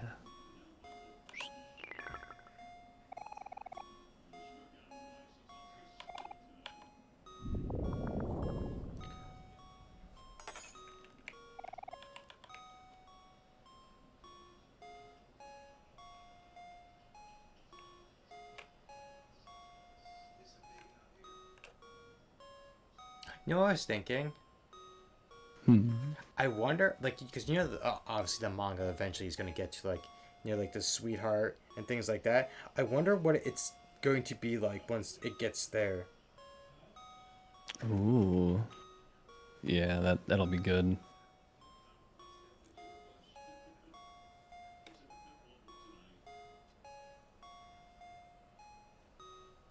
Okay, yes, the only non-Sunny specific achievements are just the brushing our teeth and then, well, the achievement for getting all the achievements. Okay, so we just have to make sure we do everything. Yes.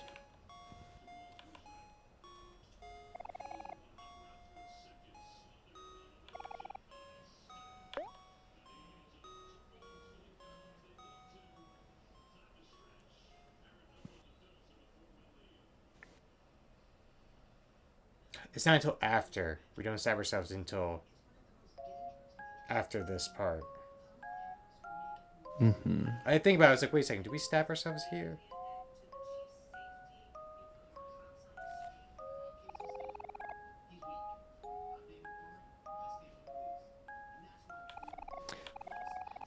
All right.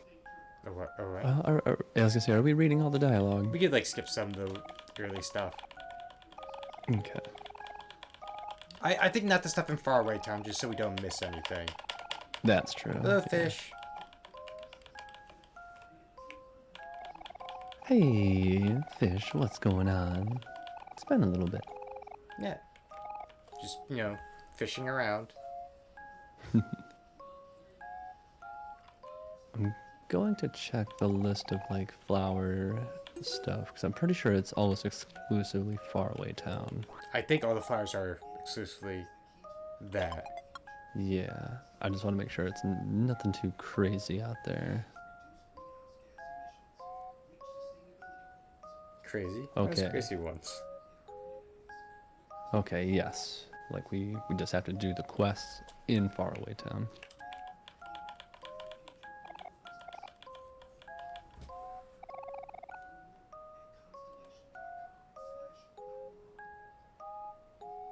Ooh, stuffed toy. Mr. Plant Egg.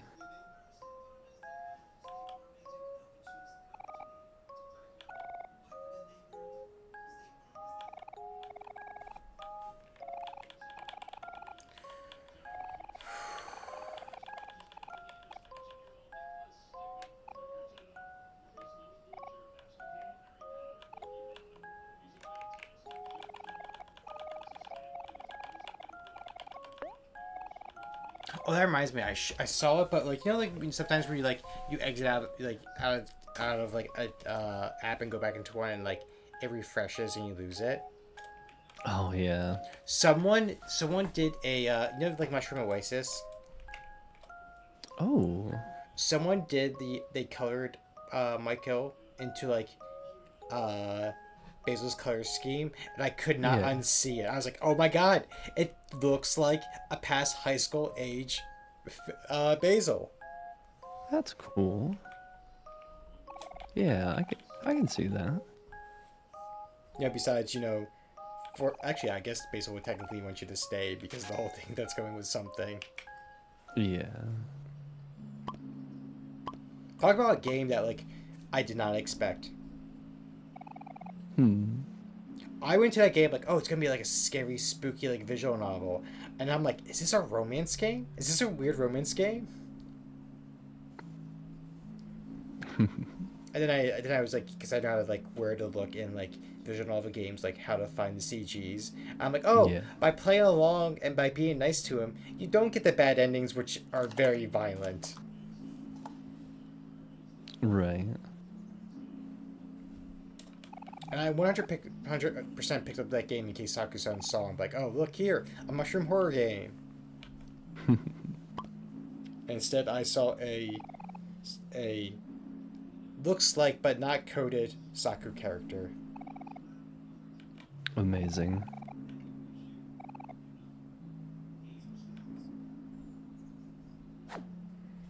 A nice find.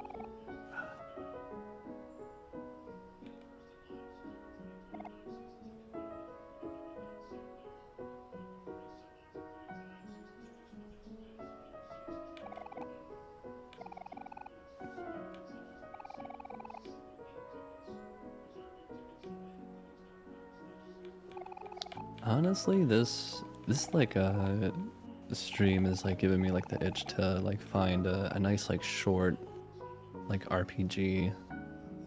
How so? Uh, I don't know. I want something like kind of short I can complete.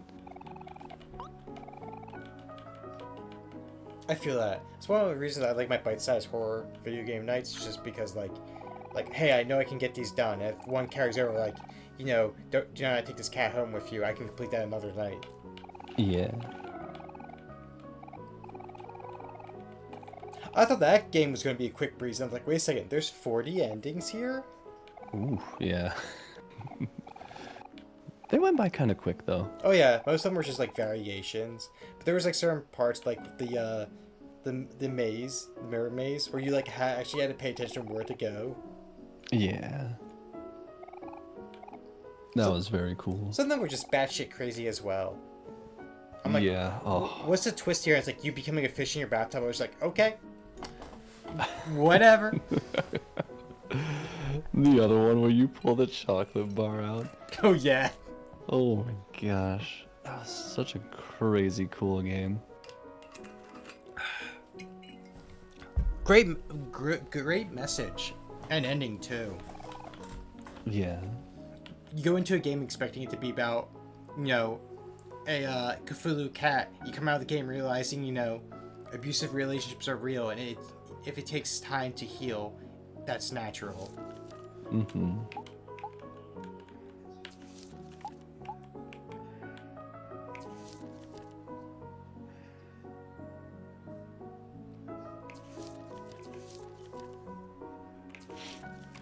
What's one thing I always think about, like, there's, like, never much of an explanation for, is why, unless that is how Kel sleeps, is, like, that shirt and, like, shorts, but, like, why is Aubrey and Hiro in pajamas?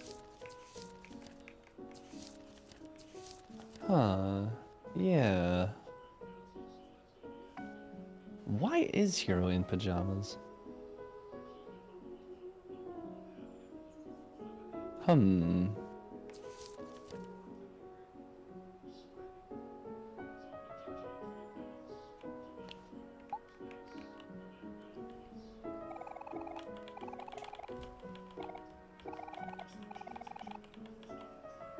I don't know.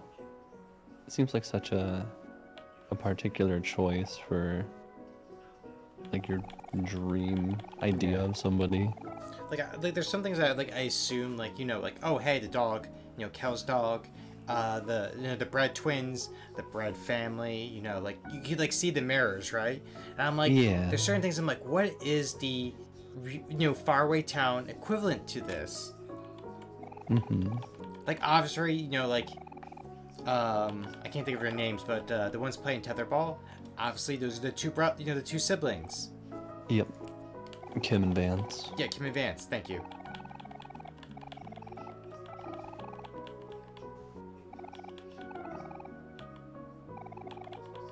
Like, I'm waiting until we get control. Like, Mikhail is like, the Maverick. Yeah. He's the student of the Maverick. I can't think of his name, but he's the one with like the pompadour. Yeah. Uh, I can't think of his name either. she's the daughter of the grandma that needs medicine, or granddaughter. Yes. I'm guessing some of these are just the kids. I want to say these two are based off people in Faraway Town. I don't know who. Hmm.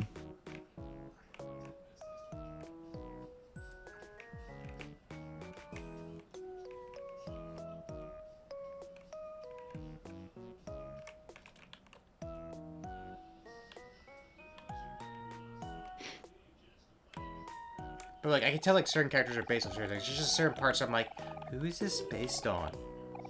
Like Right. space space boyfriend is based off Space Boy. Yeah. The bunnies are based off that magazine as comic strip as well. And technically, the real life bunnies. Yeah. Aubrey's bunny.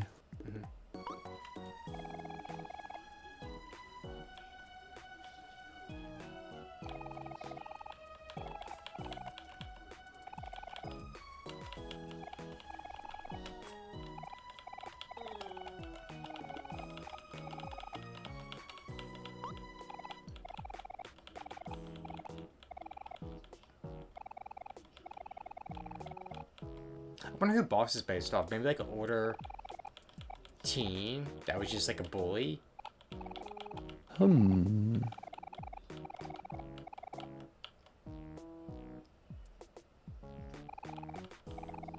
Maybe. That or maybe like adults or something. Also, I was just curious because I think I always said yes. If you say no, it's just Burley going like, you don't know how to play hide and seek? You have to play now. Oh.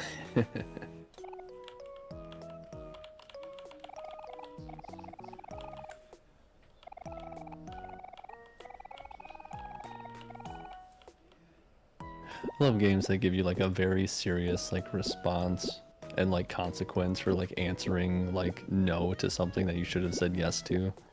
God, you know who does something similar to that in such a great way is the Far Cry games. Oh yeah. Like, Yep. like just like playing the things smart will like make it early ending. I think what is it? The one with like was it Pan, where you're supposed to like escape during the dinner, but if you just sit and wait, he's like, oh, you're such a saint, like the cream flan blah, tasty, right? It's like, okay, let's go, send your mother's remains to the burial place, and then you just like after you put the remains away, he's like, okay, now let's go shoot some fucking guns. End credits. Nice. The newest, the Far Cry 5, you can when you're going to make the arrest, if you decide back away, the guy's like, you know what, your captain's like, smart move, like, we're outgunned here. Let's just leave, and the game ends. Oh, nice. I think the newest one, you can leave early because your whole goal is to get a boat off the island. And if you continue down that quest line, you're introduced to the boat. If you take the boat, it just ends. It just shows you time skip to a beach, just relaxing. And take the boat and run. Yeah. Amazing. Like Far Cry has, like, a lot of Far Cry games that just have an ending where you're just like, you know what? This got nothing to do with me. Yeah, I think, didn't Fallout have like a few of these? I'm sure. Oh, I wouldn't be shocked if they had like a quick ending. You know what? I bet get like really old like adventure games like King's Quest probably has a ton of these. I know the Monkey Islands have like quick game overs by just doing stupid stuff. Like, you know, eat battery, and they're like, you lick the battery. What do you think was going to happen? Or like fork into an outlet. I think I did watch like game over compilations for I think it might have been Monkey Island included and King's Quest, like some of the older ones. It's just like, here's all of the game overs you can get. Oh, some of the dude, like a lot of the old like Lara. Oh, accidentally did something I shouldn't have. The Lara Croft game has a bunch of unique game overs with the dinosaurs. Goodness. Like every time you miss like some like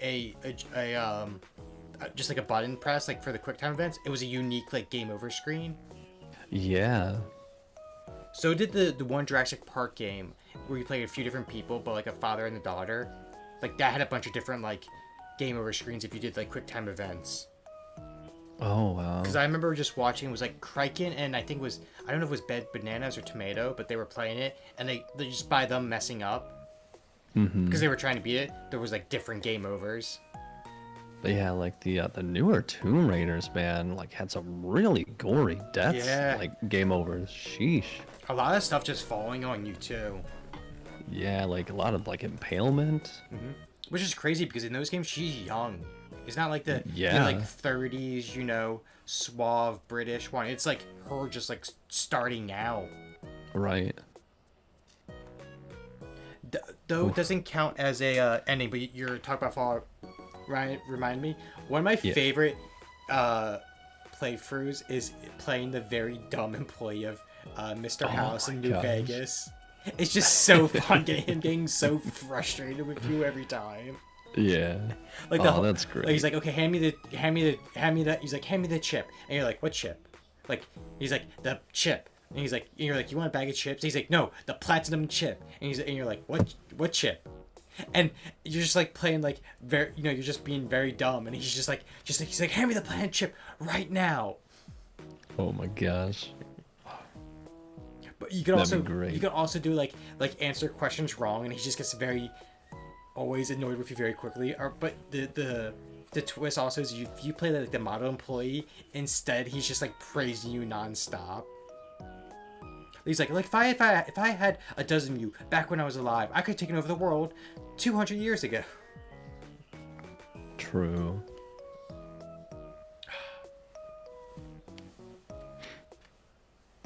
I think some of the one DLC though, Dead Money, had a few early game overs though. Because it's all about like a prison heist, and the whole idea is like you're supposed to let go. Like let go of your past, let go of the treasure, you know, escape with your life. But if you try to like go for like the theft, you get like locked in the vault and it just ends. Yeah. Okay. Yep. I like that we've kind of like slowly started like phasing out like game over screens, but like I kind of miss like kind of how like horrifying they used to be in a way. You know which ones I loved was the Batman ones.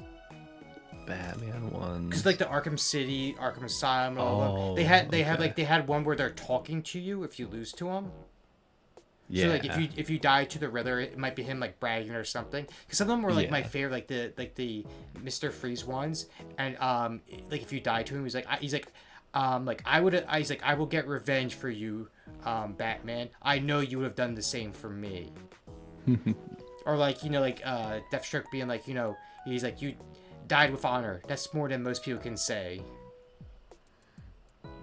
Nice. And it was just always great. Or like the Joker, like freaking out, like especially in the night, because he's like in your head, and he'd be like, no, no, no, no, no, no, no, you can't go. If you die, I die. Yeah. But yeah, some of the like game over screens for certain games are like gory.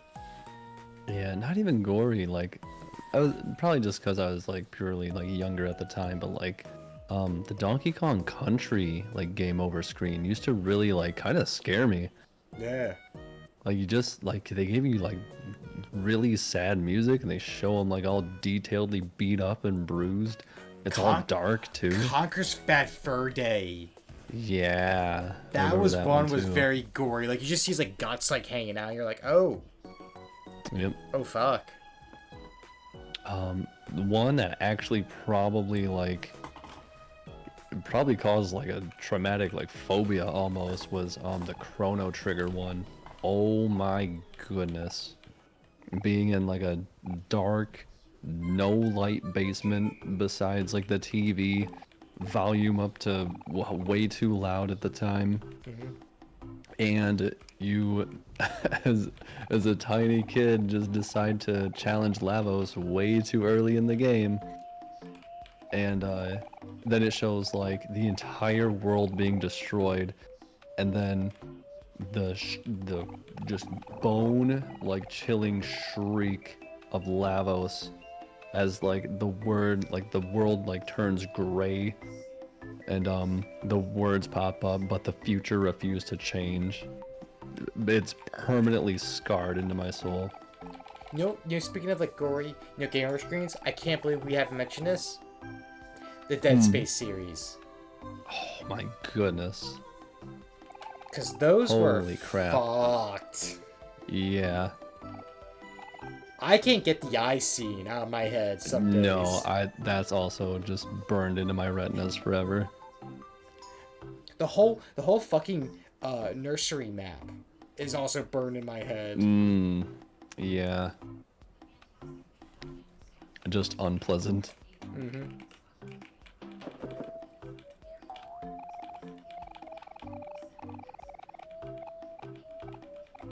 Quite a topic to go with the music. Yeah.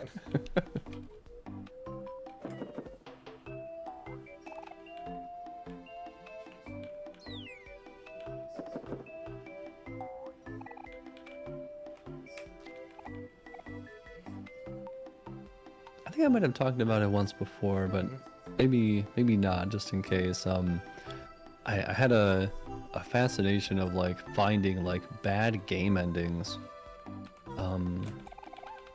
Like, just like they're just like, oh, okay, that was boring or terrible, or like bad isn't like bad ending. Yeah, like endings that were more fleshed out, like when you got like a bad ending. What was it? I want to say Slaughterhouse? Am I thinking of the wrong game? The one where you have like the Jason mask. Yeah. Yeah, it's. Those got a lot of terrifying like endings too. I actually wouldn't mind another game of that. That was such a good, like, game for like a, like scroll by. I don't even know what to call like a platformer, but it's not a platformer. Yeah, I guess just like a side scroller, really, right? Yeah, like when's the last time we had a side scrolling like just game, like truly? It's been a long time. Yeah, because I can't really think of one like in recent memory. I mean, I guess you could count like Mario Wonder. I suppose. Yeah.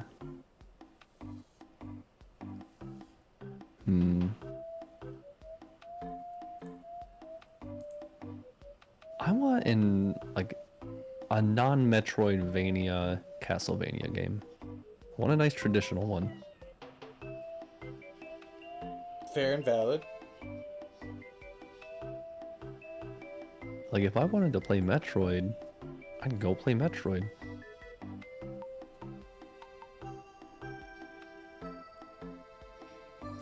Man, I'm just going down like a huge, like, rabbit hole of games now. And speaking of Metroid, where the heck is Metroid Prime 4? I feel like Nintendo sleeps on that series so much. Oh, absolutely. When is Prime 4 coming out? I know we got like that trailer. You wanna know about like not a bad ending, but technically the bad guy's ending that was very unique and interesting? Sonic Adventure 2 Battle. Especially if you do the dark side first.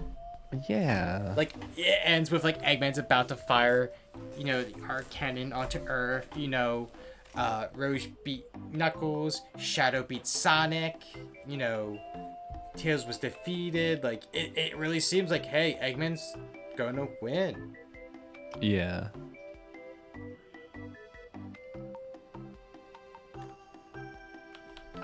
Man. My world for another Sonic Adventure game that was that good. The new one, Frontiers was pretty good.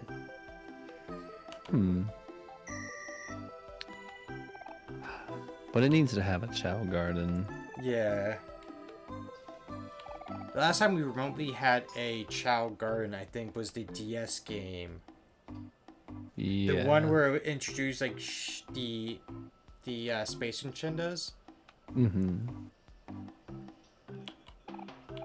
Now that was a fun game.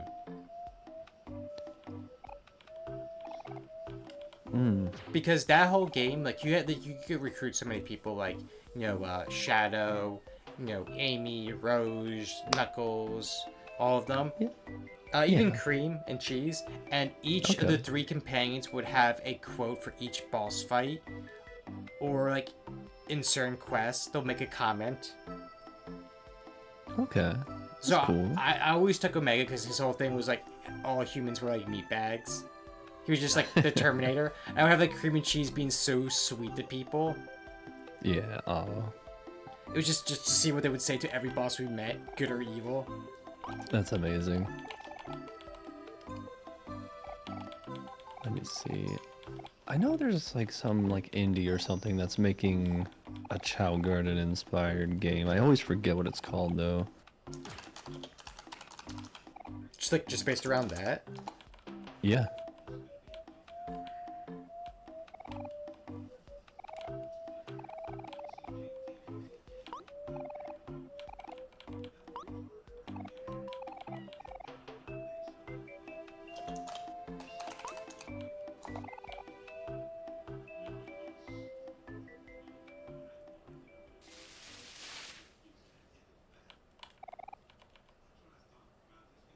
Is that it? Is it called Bobo Bay? Bobo Bay? Or, wait, I don't know. Oh no, Poglings. That's the one I was thinking of. Poglings? Yeah. Like POG? Yep. Let me see if I can find... Speaking of like a weird, like kind of like fuck story and stuff like that, was Yeah. Kiss, kiss for love. Hello, Tommy. Is the Bug Smacks game?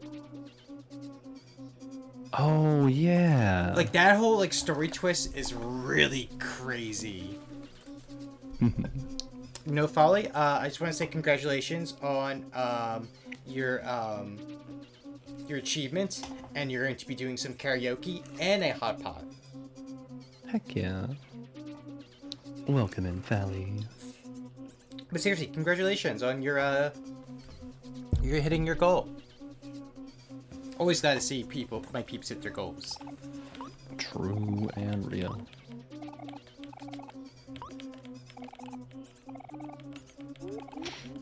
She's now famous, more famous than us. I'd believe it.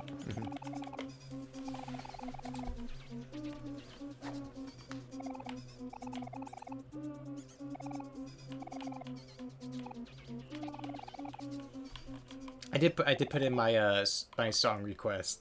She opened it up in her replies, and I was like, you know what? Because I had to do Sway for you guys on the couch, you gotta do Sway. Which at least it's not a difficult song or not a Mimi song. I genuinely enjoy that song. Yeah, that's a good one. I've been trying to practice it because it's for I'm doing it for a reason.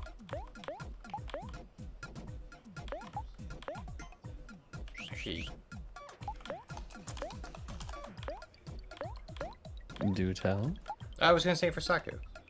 Yeah. Would you do it for singing March? Yeah. Or would you do it for singing Match? Or do you mean March or Match? Like, are you asking like a duet?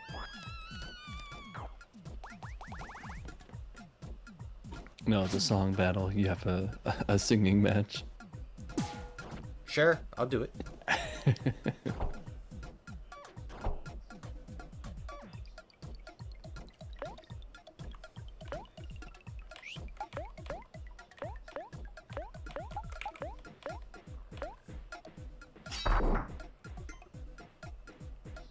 You know what, Folly?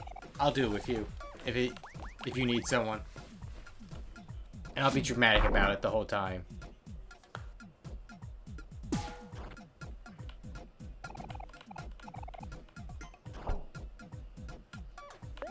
It's so hard to sing duet on stream. It is very difficult.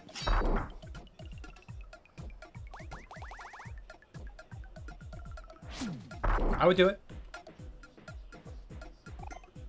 What if I made Suki sing the entire song?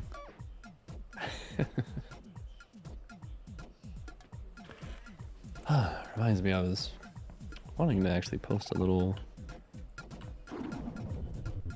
clip from our last outing for karaoke, but Discord has really not been liking it.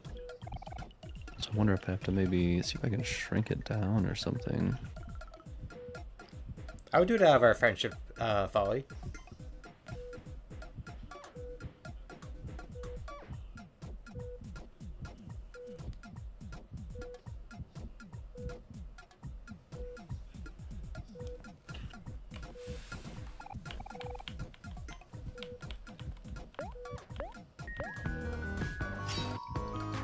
Thank you for the bits. But yeah, I've been getting better at like doing like karaoke on like with there being calls or on stream. It's just I feel like you have to find the songs you're good at, and the songs I think I'm good at, I'm just not. With there certain songs like Sway, I think I do not a half bad job just because I my talking voice and singer voice are very much different.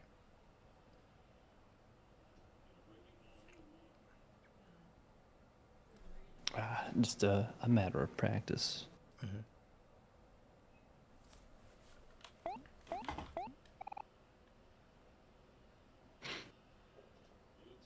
Rematch. I want a rematch.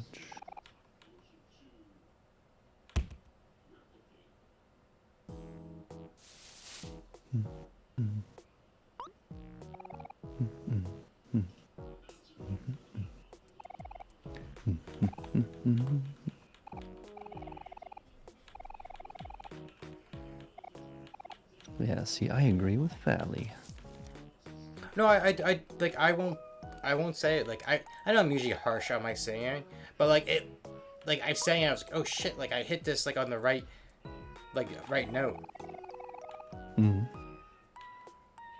But I was also in that like mindset, like how the fuck do I top Qrownzer going next? Oh no, dude, mine was not my worst, but goodness, it was like I could feel like how shaky I was like going into it, because I was like trying to remember like the cadence to the song, because it's really not like my typical like singing style.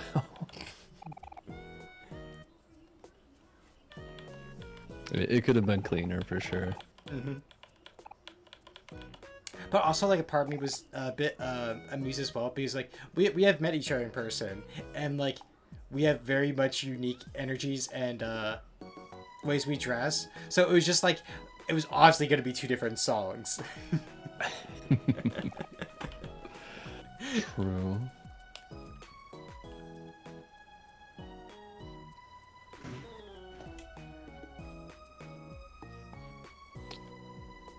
But Should drag you out here sometime. We'll go out to this hall that we've been frequenting for karaoke.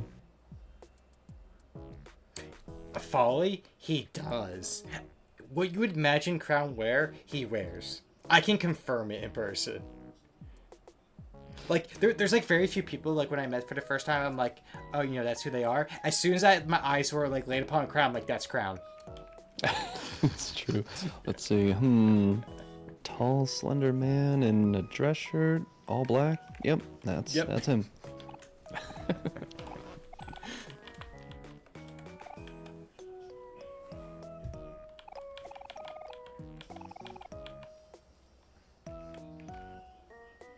Actually, I hope she won't get mad about this. When I first met Saku-san, there was a funny little interaction. So, we met at the Philadelphia Art Museum.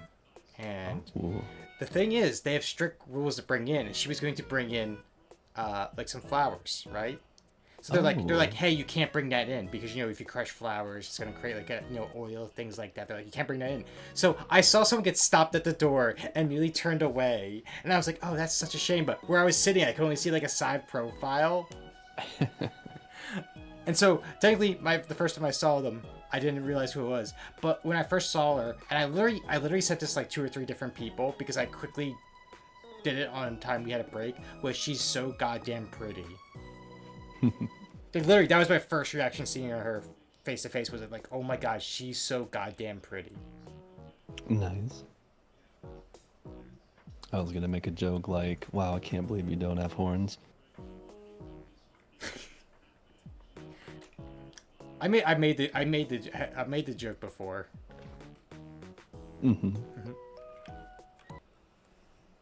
Patty dresses exactly like how I would when like hearing his voice when I first saw him in person from like a picture. I was like, oh yep, you're totally like you're totally the lumberjack man. Heck yeah. Patty is big lumberjack vibes.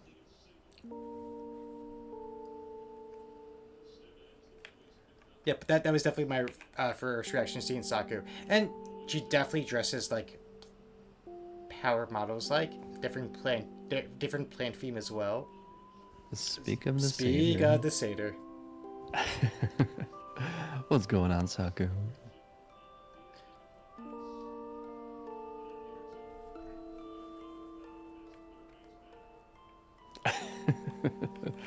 Only good things. Literally, I the only promise. good thing. She was like, "Oh, what was your first reaction to seeing Saku-san?" Like I was saying, like, yo, like she's so goddamn pretty. So we have to talk to the flowers for him to make a comment. Yeah. I think we discovered that last time we... Yeah. I didn't know if it was just like a glitch on our end, but yeah. Yeah, good point. It seems like so, like, impactful for, like, the intro. Yeah. I can't believe we can just skip over it.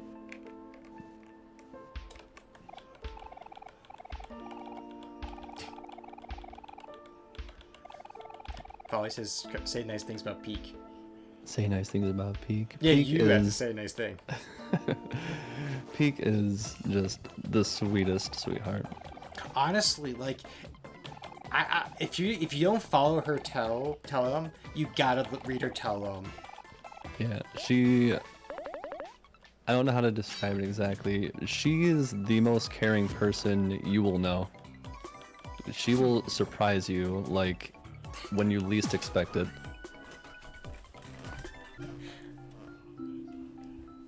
Like, if she's really good at the thing that I'm really bad at, in that, like, picking up tiny little hints for, like, a thoughtful gift. So like she notices like the tiny details, like about people.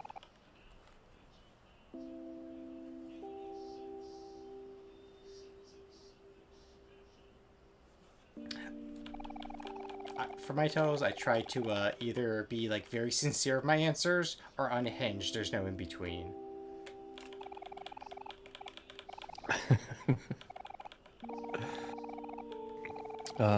Me, I'm pretty much like the same like as meeting me right now, except in real life, like if this volume is like 8 out of 10, real life is like 3 out of 10.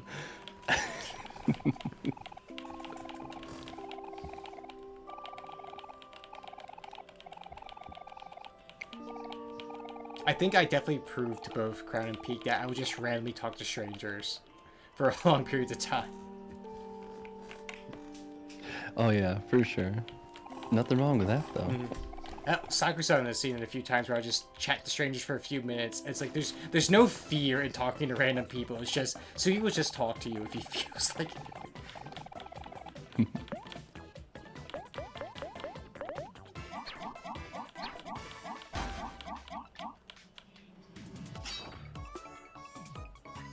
Handshake emoji.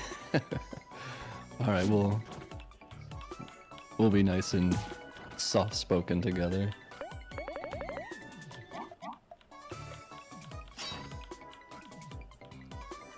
It's okay, I'll get louder like when I get really hyped for something. So just take me like to a concert or watch me like speed running games at home apparently. Cause it gets way too hype. It was kind of intoxicating. Pete can confirm. Everyone here is amazing. Absolutely. Like 200% agree. It's okay, Folly. I have this thing where if you're staring at me, it'll just make me talk more. So it'll just get stuck in a loop where you're staring and I just continue talking. Like, oh, she wants me to talk more.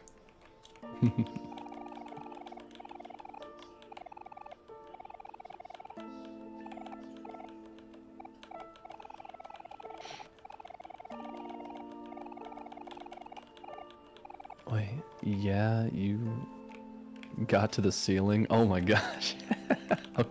Okay, so we were playing some Nintendo World Championships, NES. Okay. And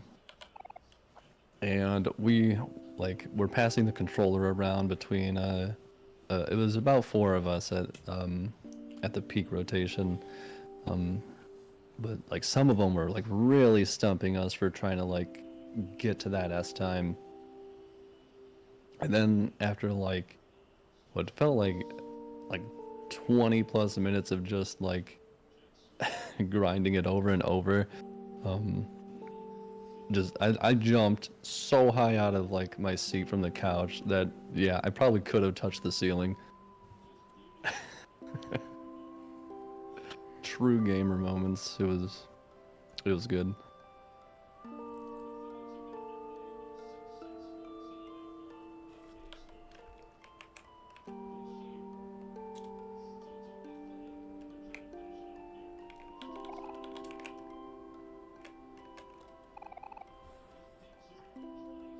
Hey, here's a question for you, Folly, because you've been so curious. Does Folly dress like her model? Gonna say if we meet Folly and she's not in a maid outfit, tisk. Yeah.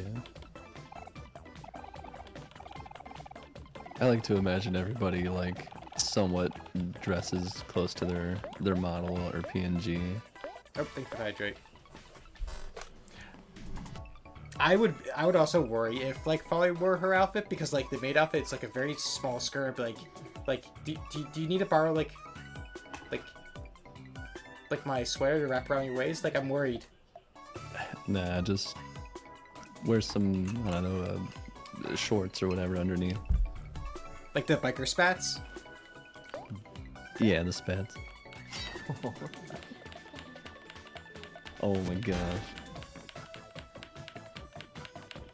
Peacock making herself sneeze with her own feathers. That'd be funny.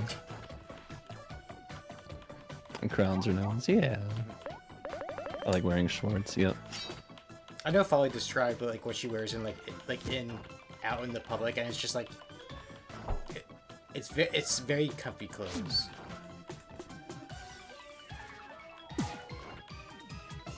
Yeah, I would describe like that's my two outfits. Like I'm dressing up when I go out, and I'm loungewear pretty much when I'm at home.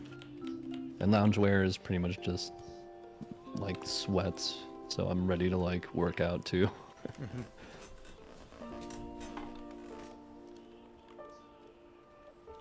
No, it was a red shawl, Sakusan.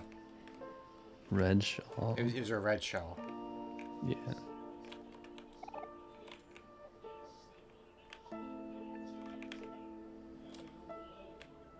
Well, I think it looked red.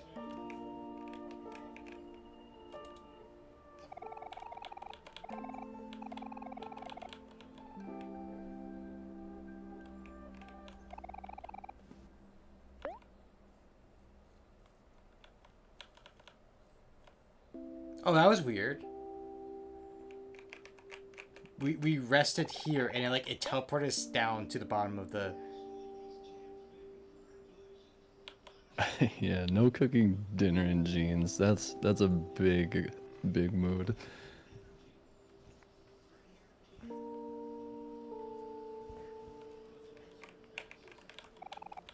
Yeah, I'm kind of like phasing out my jeans a little bit. I wear them less and less now. I need some really like nice like dress pants. Like that's all I really need to complete my closet here. Folly only owns one pair of jeans. The rest are maid outfits. It's the the standard maid outfit. It's like the French maid. There's like the maid bathing suit. It's just all different variations. Jeggings. You know what? Jeggings are pretty rad. They seem like the more comfortable form of jeans. Jeans pull hair. Oh. I was thinking like actual like hair on top of your head. I was like, how?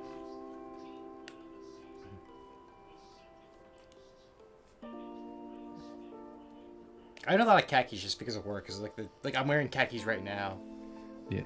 But I'm wearing like a nice shirt over top. I was gonna say Sakura's probably see me in the most relaxed outfit. Like when Suki's on the beach, she'll actually wear really relaxed clothes. Like, cause I was in like like khaki shorts, like, Oh. Yeah. a beach shirt, and then like the woven hats, like the straw hats. Oh, nice. Straw hat Suki. Oh yeah, it was literally just like I was just being like living my best life on an island.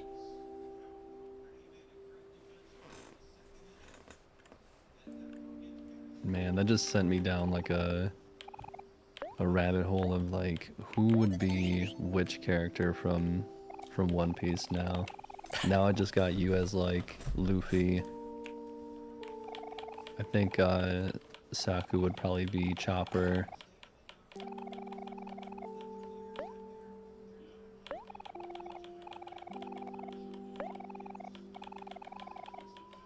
Um.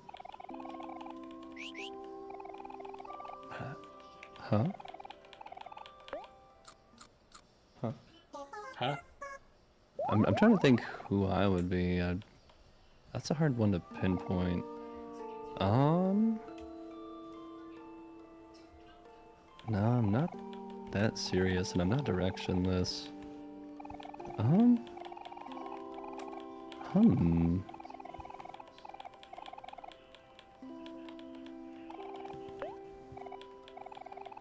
Frankie?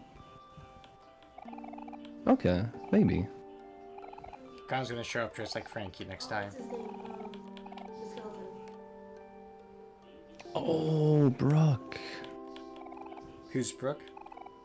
The skeleton. No, I'm saying who's most like Brooke? Oh, Peak was saying maybe I'd be Brooke. Just without his certain mannerisms. Mm-hmm. But you know what? I can see you doing as a joke. Is you going up all to your guy friends, be like, may I see your panties? Oh my gosh. Like, not to the girls, but just to your guy friends, just to mess with Yeah. them.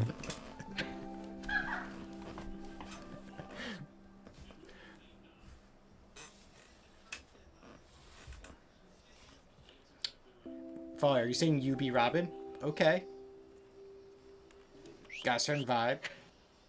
Makes sense if, like, you know, Saku is post-time skip Chopper. It's you and your bestie. Yeah. No, I said Qrownzers. Oh, okay. Are you saying I would be Robin Fally? Oh, we're besties. Oh, I got you. I got you.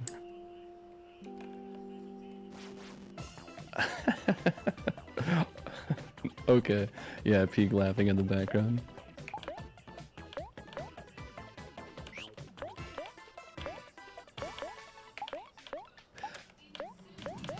You know, I was kind of thinking that. I was like, well, I guess I probably would be most like Robin.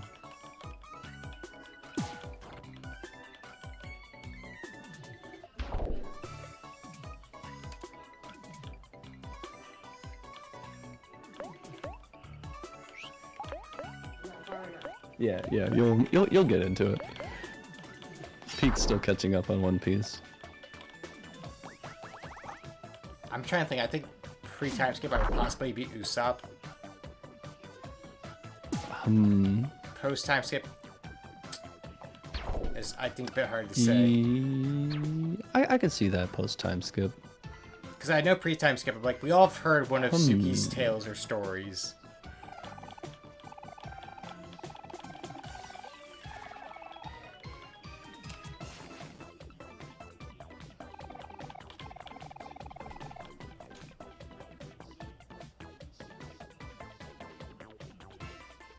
Ah, I know. See, it's. I don't know if any like characters like one size like fits 1-to-1.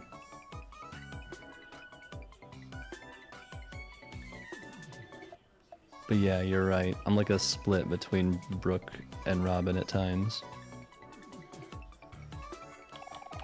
Probably enjoy your lurk. Hey, enjoy your lurk, Valley.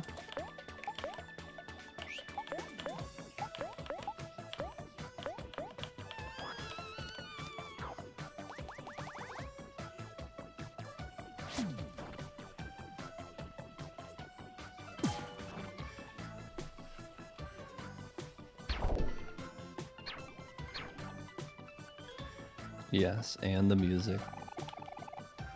Soul King. That reminds me, they announced who's in live action who's going to play Crocodile and Robin. Oh, I did just see that. You're right. Because it's what, John Maggio is going to be Crocodile, I think.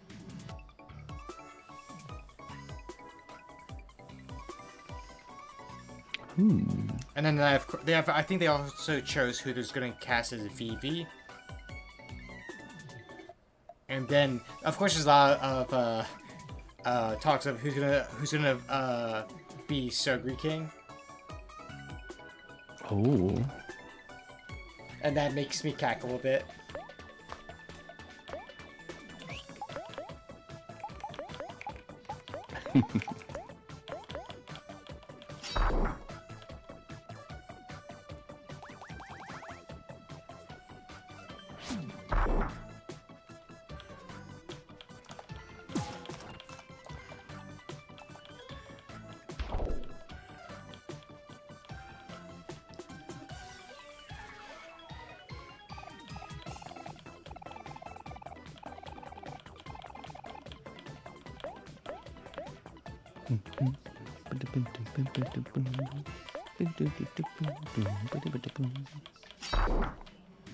I don't know. Maybe I'll make a One Piece doodle and I'll try to like make everybody like dress the character I think they would fit.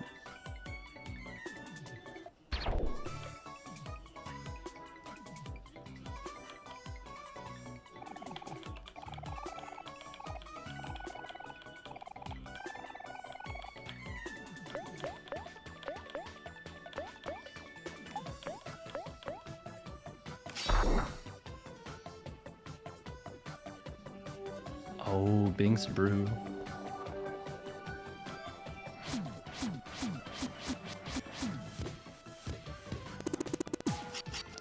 Yeah, peak is right at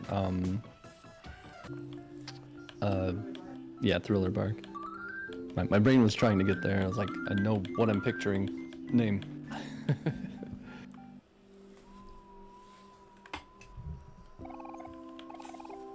God, I love some of the battles in Thriller Bark.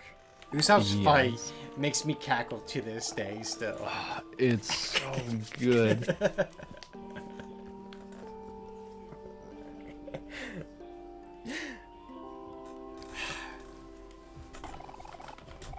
It's probably my second favorite Usopp moment. No, actually third.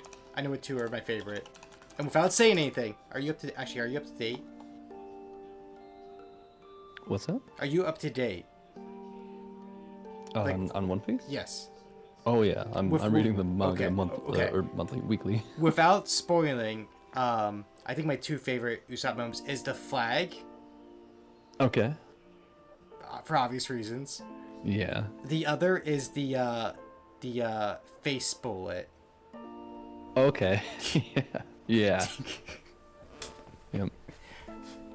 Especially the second moment, I just love like only like one person knows what happened, and then the other person has no fucking clue like what just happened. Yeah, true. Enjoy your lurk, Saku. Enjoy it.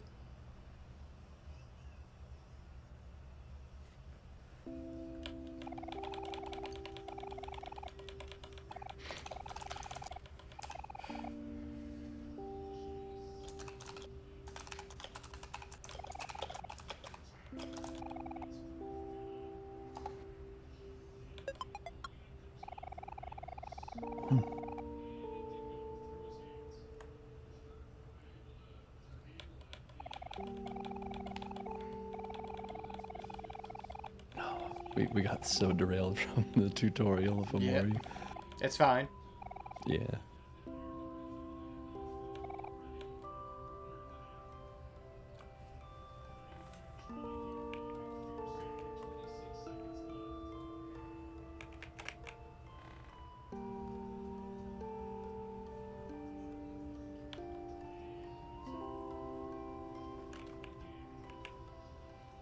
The one good thing about the tutorial, there's like no achievement attached to it that we need to get done. Yeah. It's just a matter of like, you know, getting through it. In worst case, we set ourselves up to like seriously buckle down. Yeah.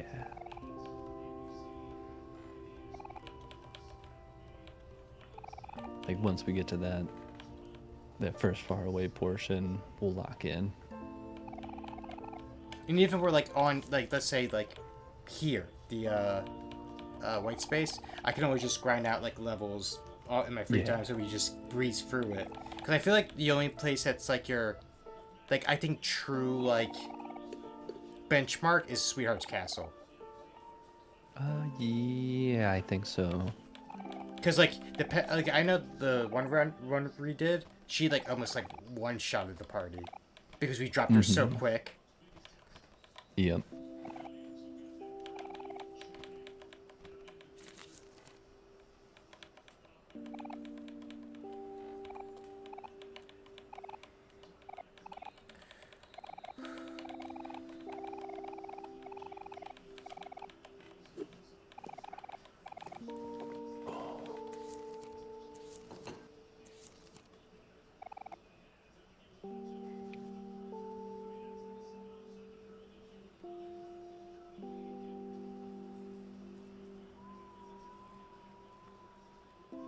Hold on, just doing something on the side. No problem.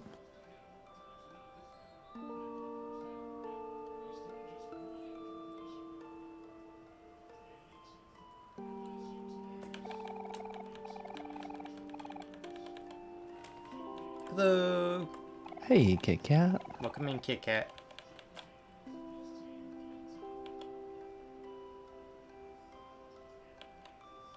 missed quite a bit of like talking about do quite a few of us like me, Crown, Saku, Folly all dressed like our models, and which One Piece character would we all be? Yeah, it was. We definitely went on a tangent there. It was a good tangent. Mm-hmm.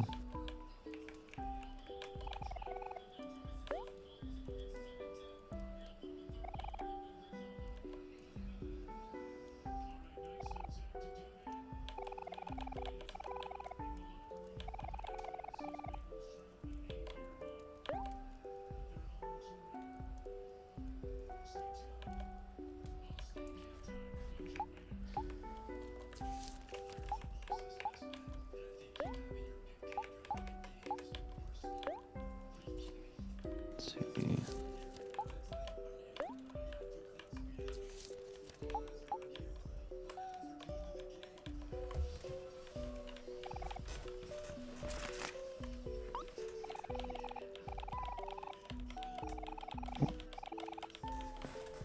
Hold on a second, just checking something on the side. I keep seeing notifications pop up on Discord. I'm like, what is all these two?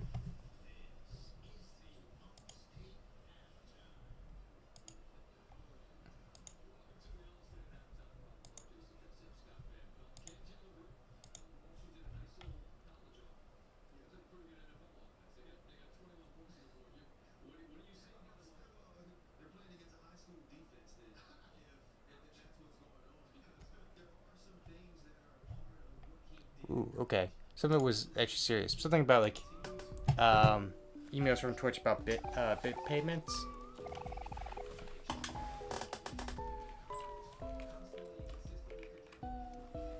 Hmm. Oh, okay. I got you. I got you.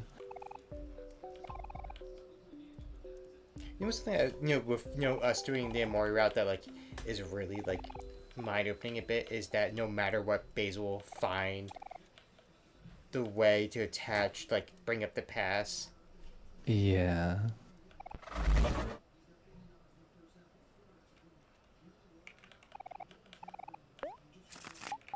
Does it start here where something appears? Yep. Okay. Yep.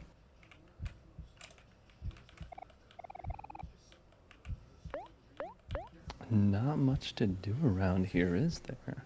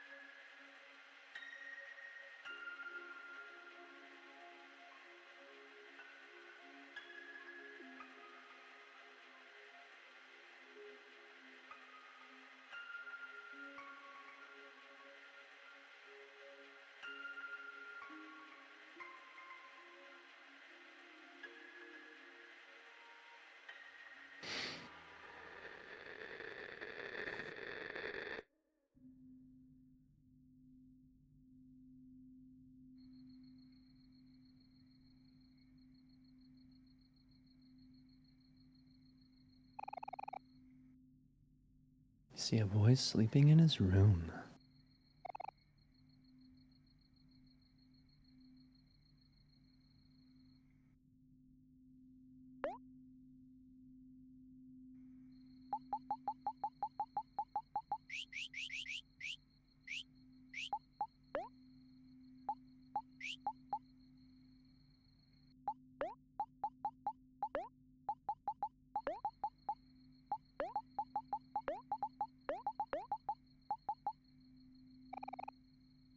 The boy's name is Suki.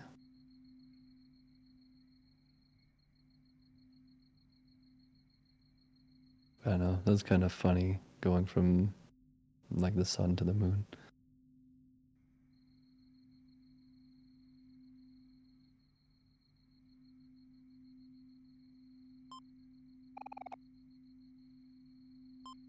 I believe you're muted. I'm not sure.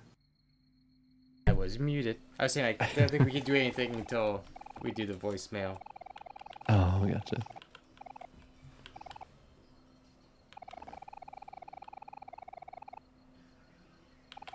Okay.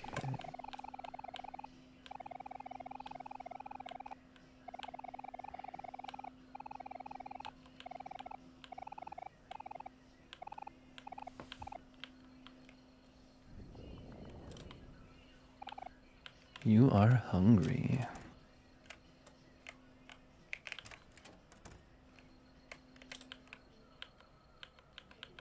I don't think they appear until after. Yeah, I believe you are correct.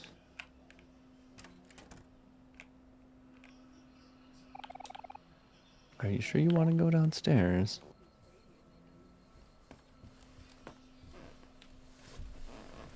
Mm-mm.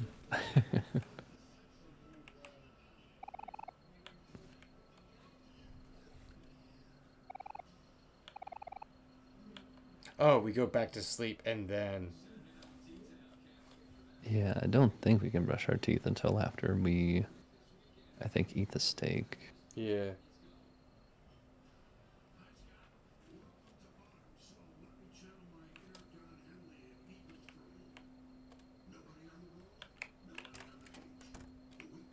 Just to be sure. Oh. Remember to brush your teeth every day. Okay. I wonder if that's like the tip, like you have to do it during the day, but like before you leave. I think so.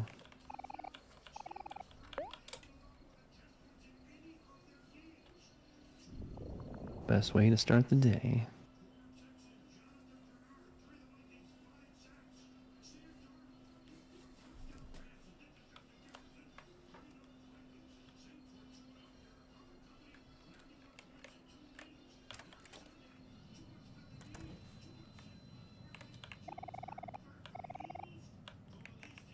You feel strangely drawn to the red glow.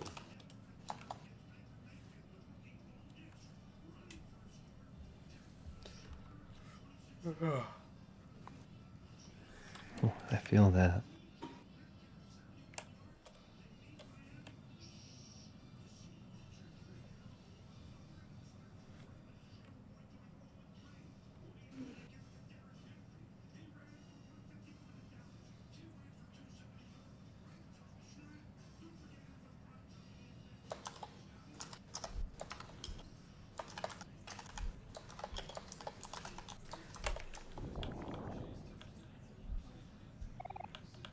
You are hungry.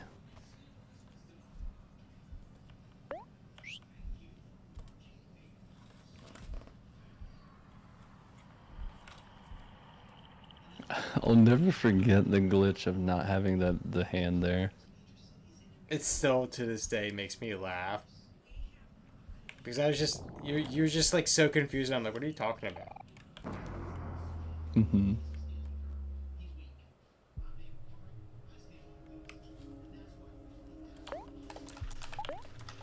Which in hindsight makes the scene so much funnier. Yeah. It's like, what's going on? Why did I collapse suddenly?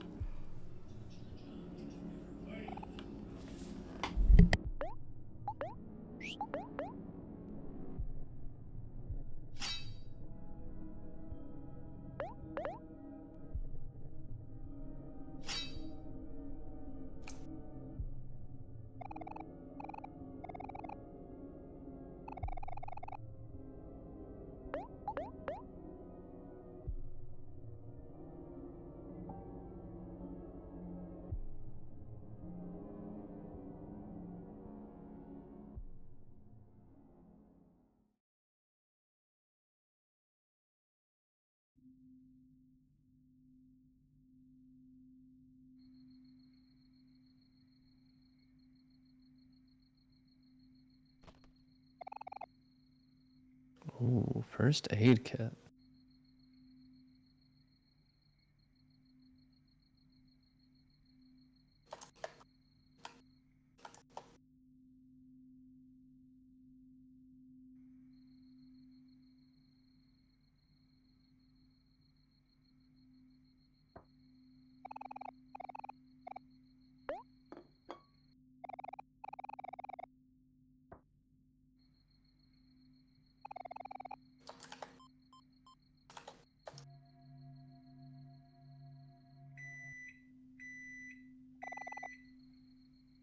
Microwave steak. Pick up the steak knife.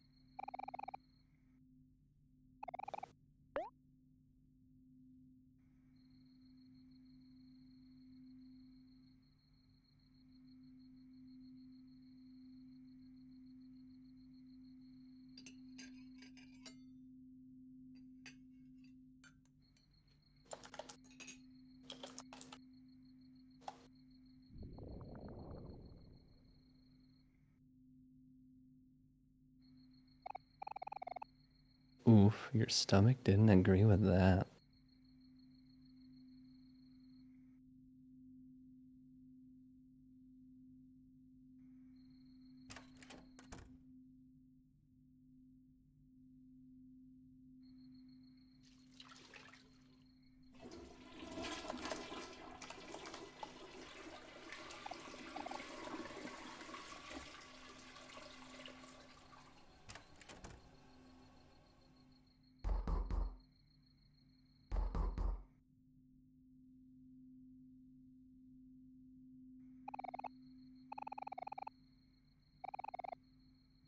It's me, Mari. You know, I'm gonna guess that's not Mari. I always like to switch whenever the door is seen, like it switches the point of view. Yeah. I remember the first time it happened, I was like, oh, that's sweet. I was kind of hoping it would happen more throughout the game.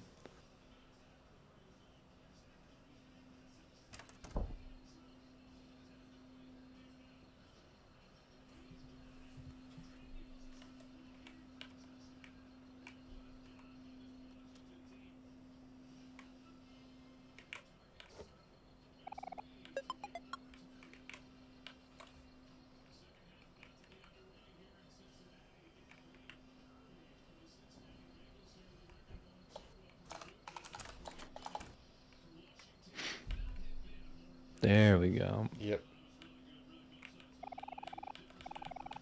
I don't think we can do it Yeah. here. So when we actually wake up for the day.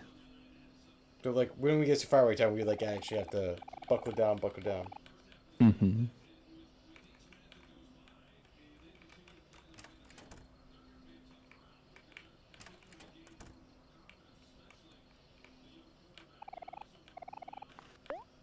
A very comfortable looking bed.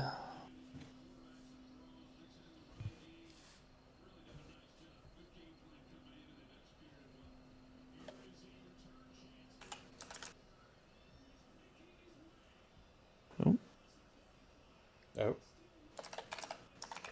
oh, that's just my alarm. What do we want to get to the next time we get to the save spot? Save there. Yeah, that sounds good. We got the real grind out of the way. I think it's pretty smooth sailing now.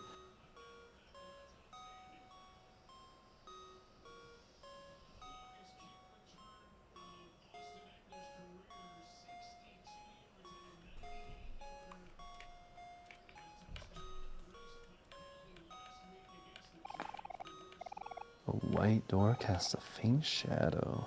Do we have to like find a knife again? Hmm? Oh. I don't remember that off the top of my head.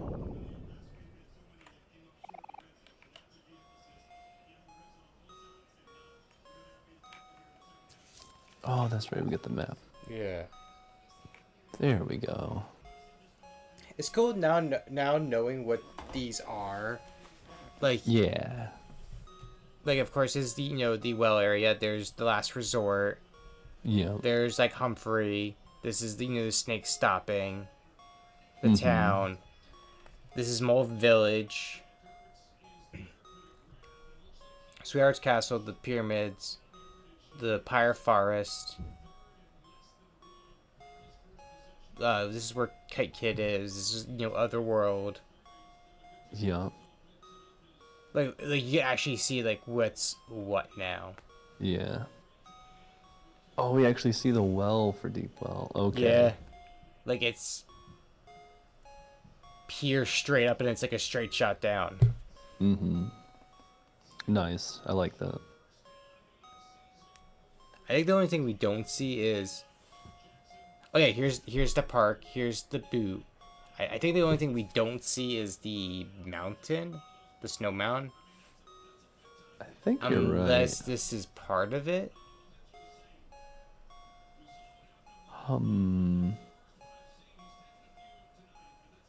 I can't. I wouldn't think so.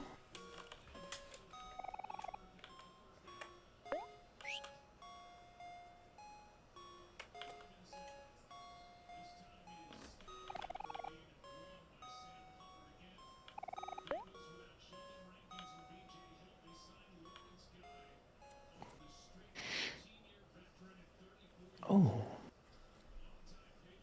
Nope. My neck's been very funky. I get it. Yeah.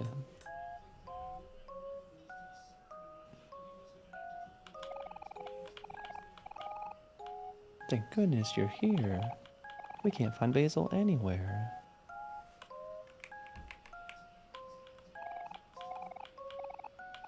Going out? Here's your allowance. Hell yeah, some good old clams. I think clams always makes me think of the Flintstones.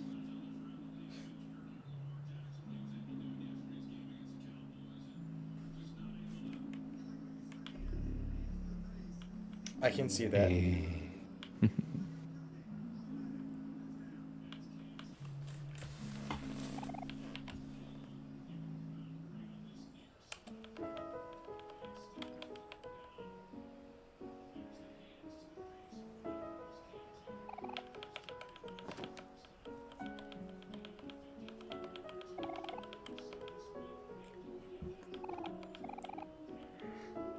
Where's Basil?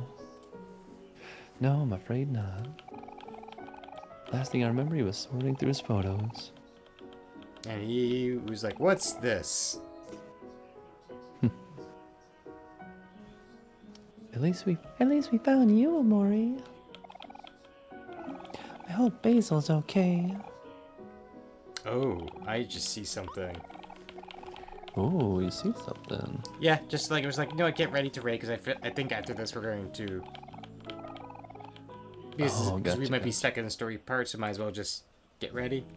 Yeah. Right on. Yeah. All right. And I know who our raid target's going to be. Heck yeah. Sakusan. It sure is.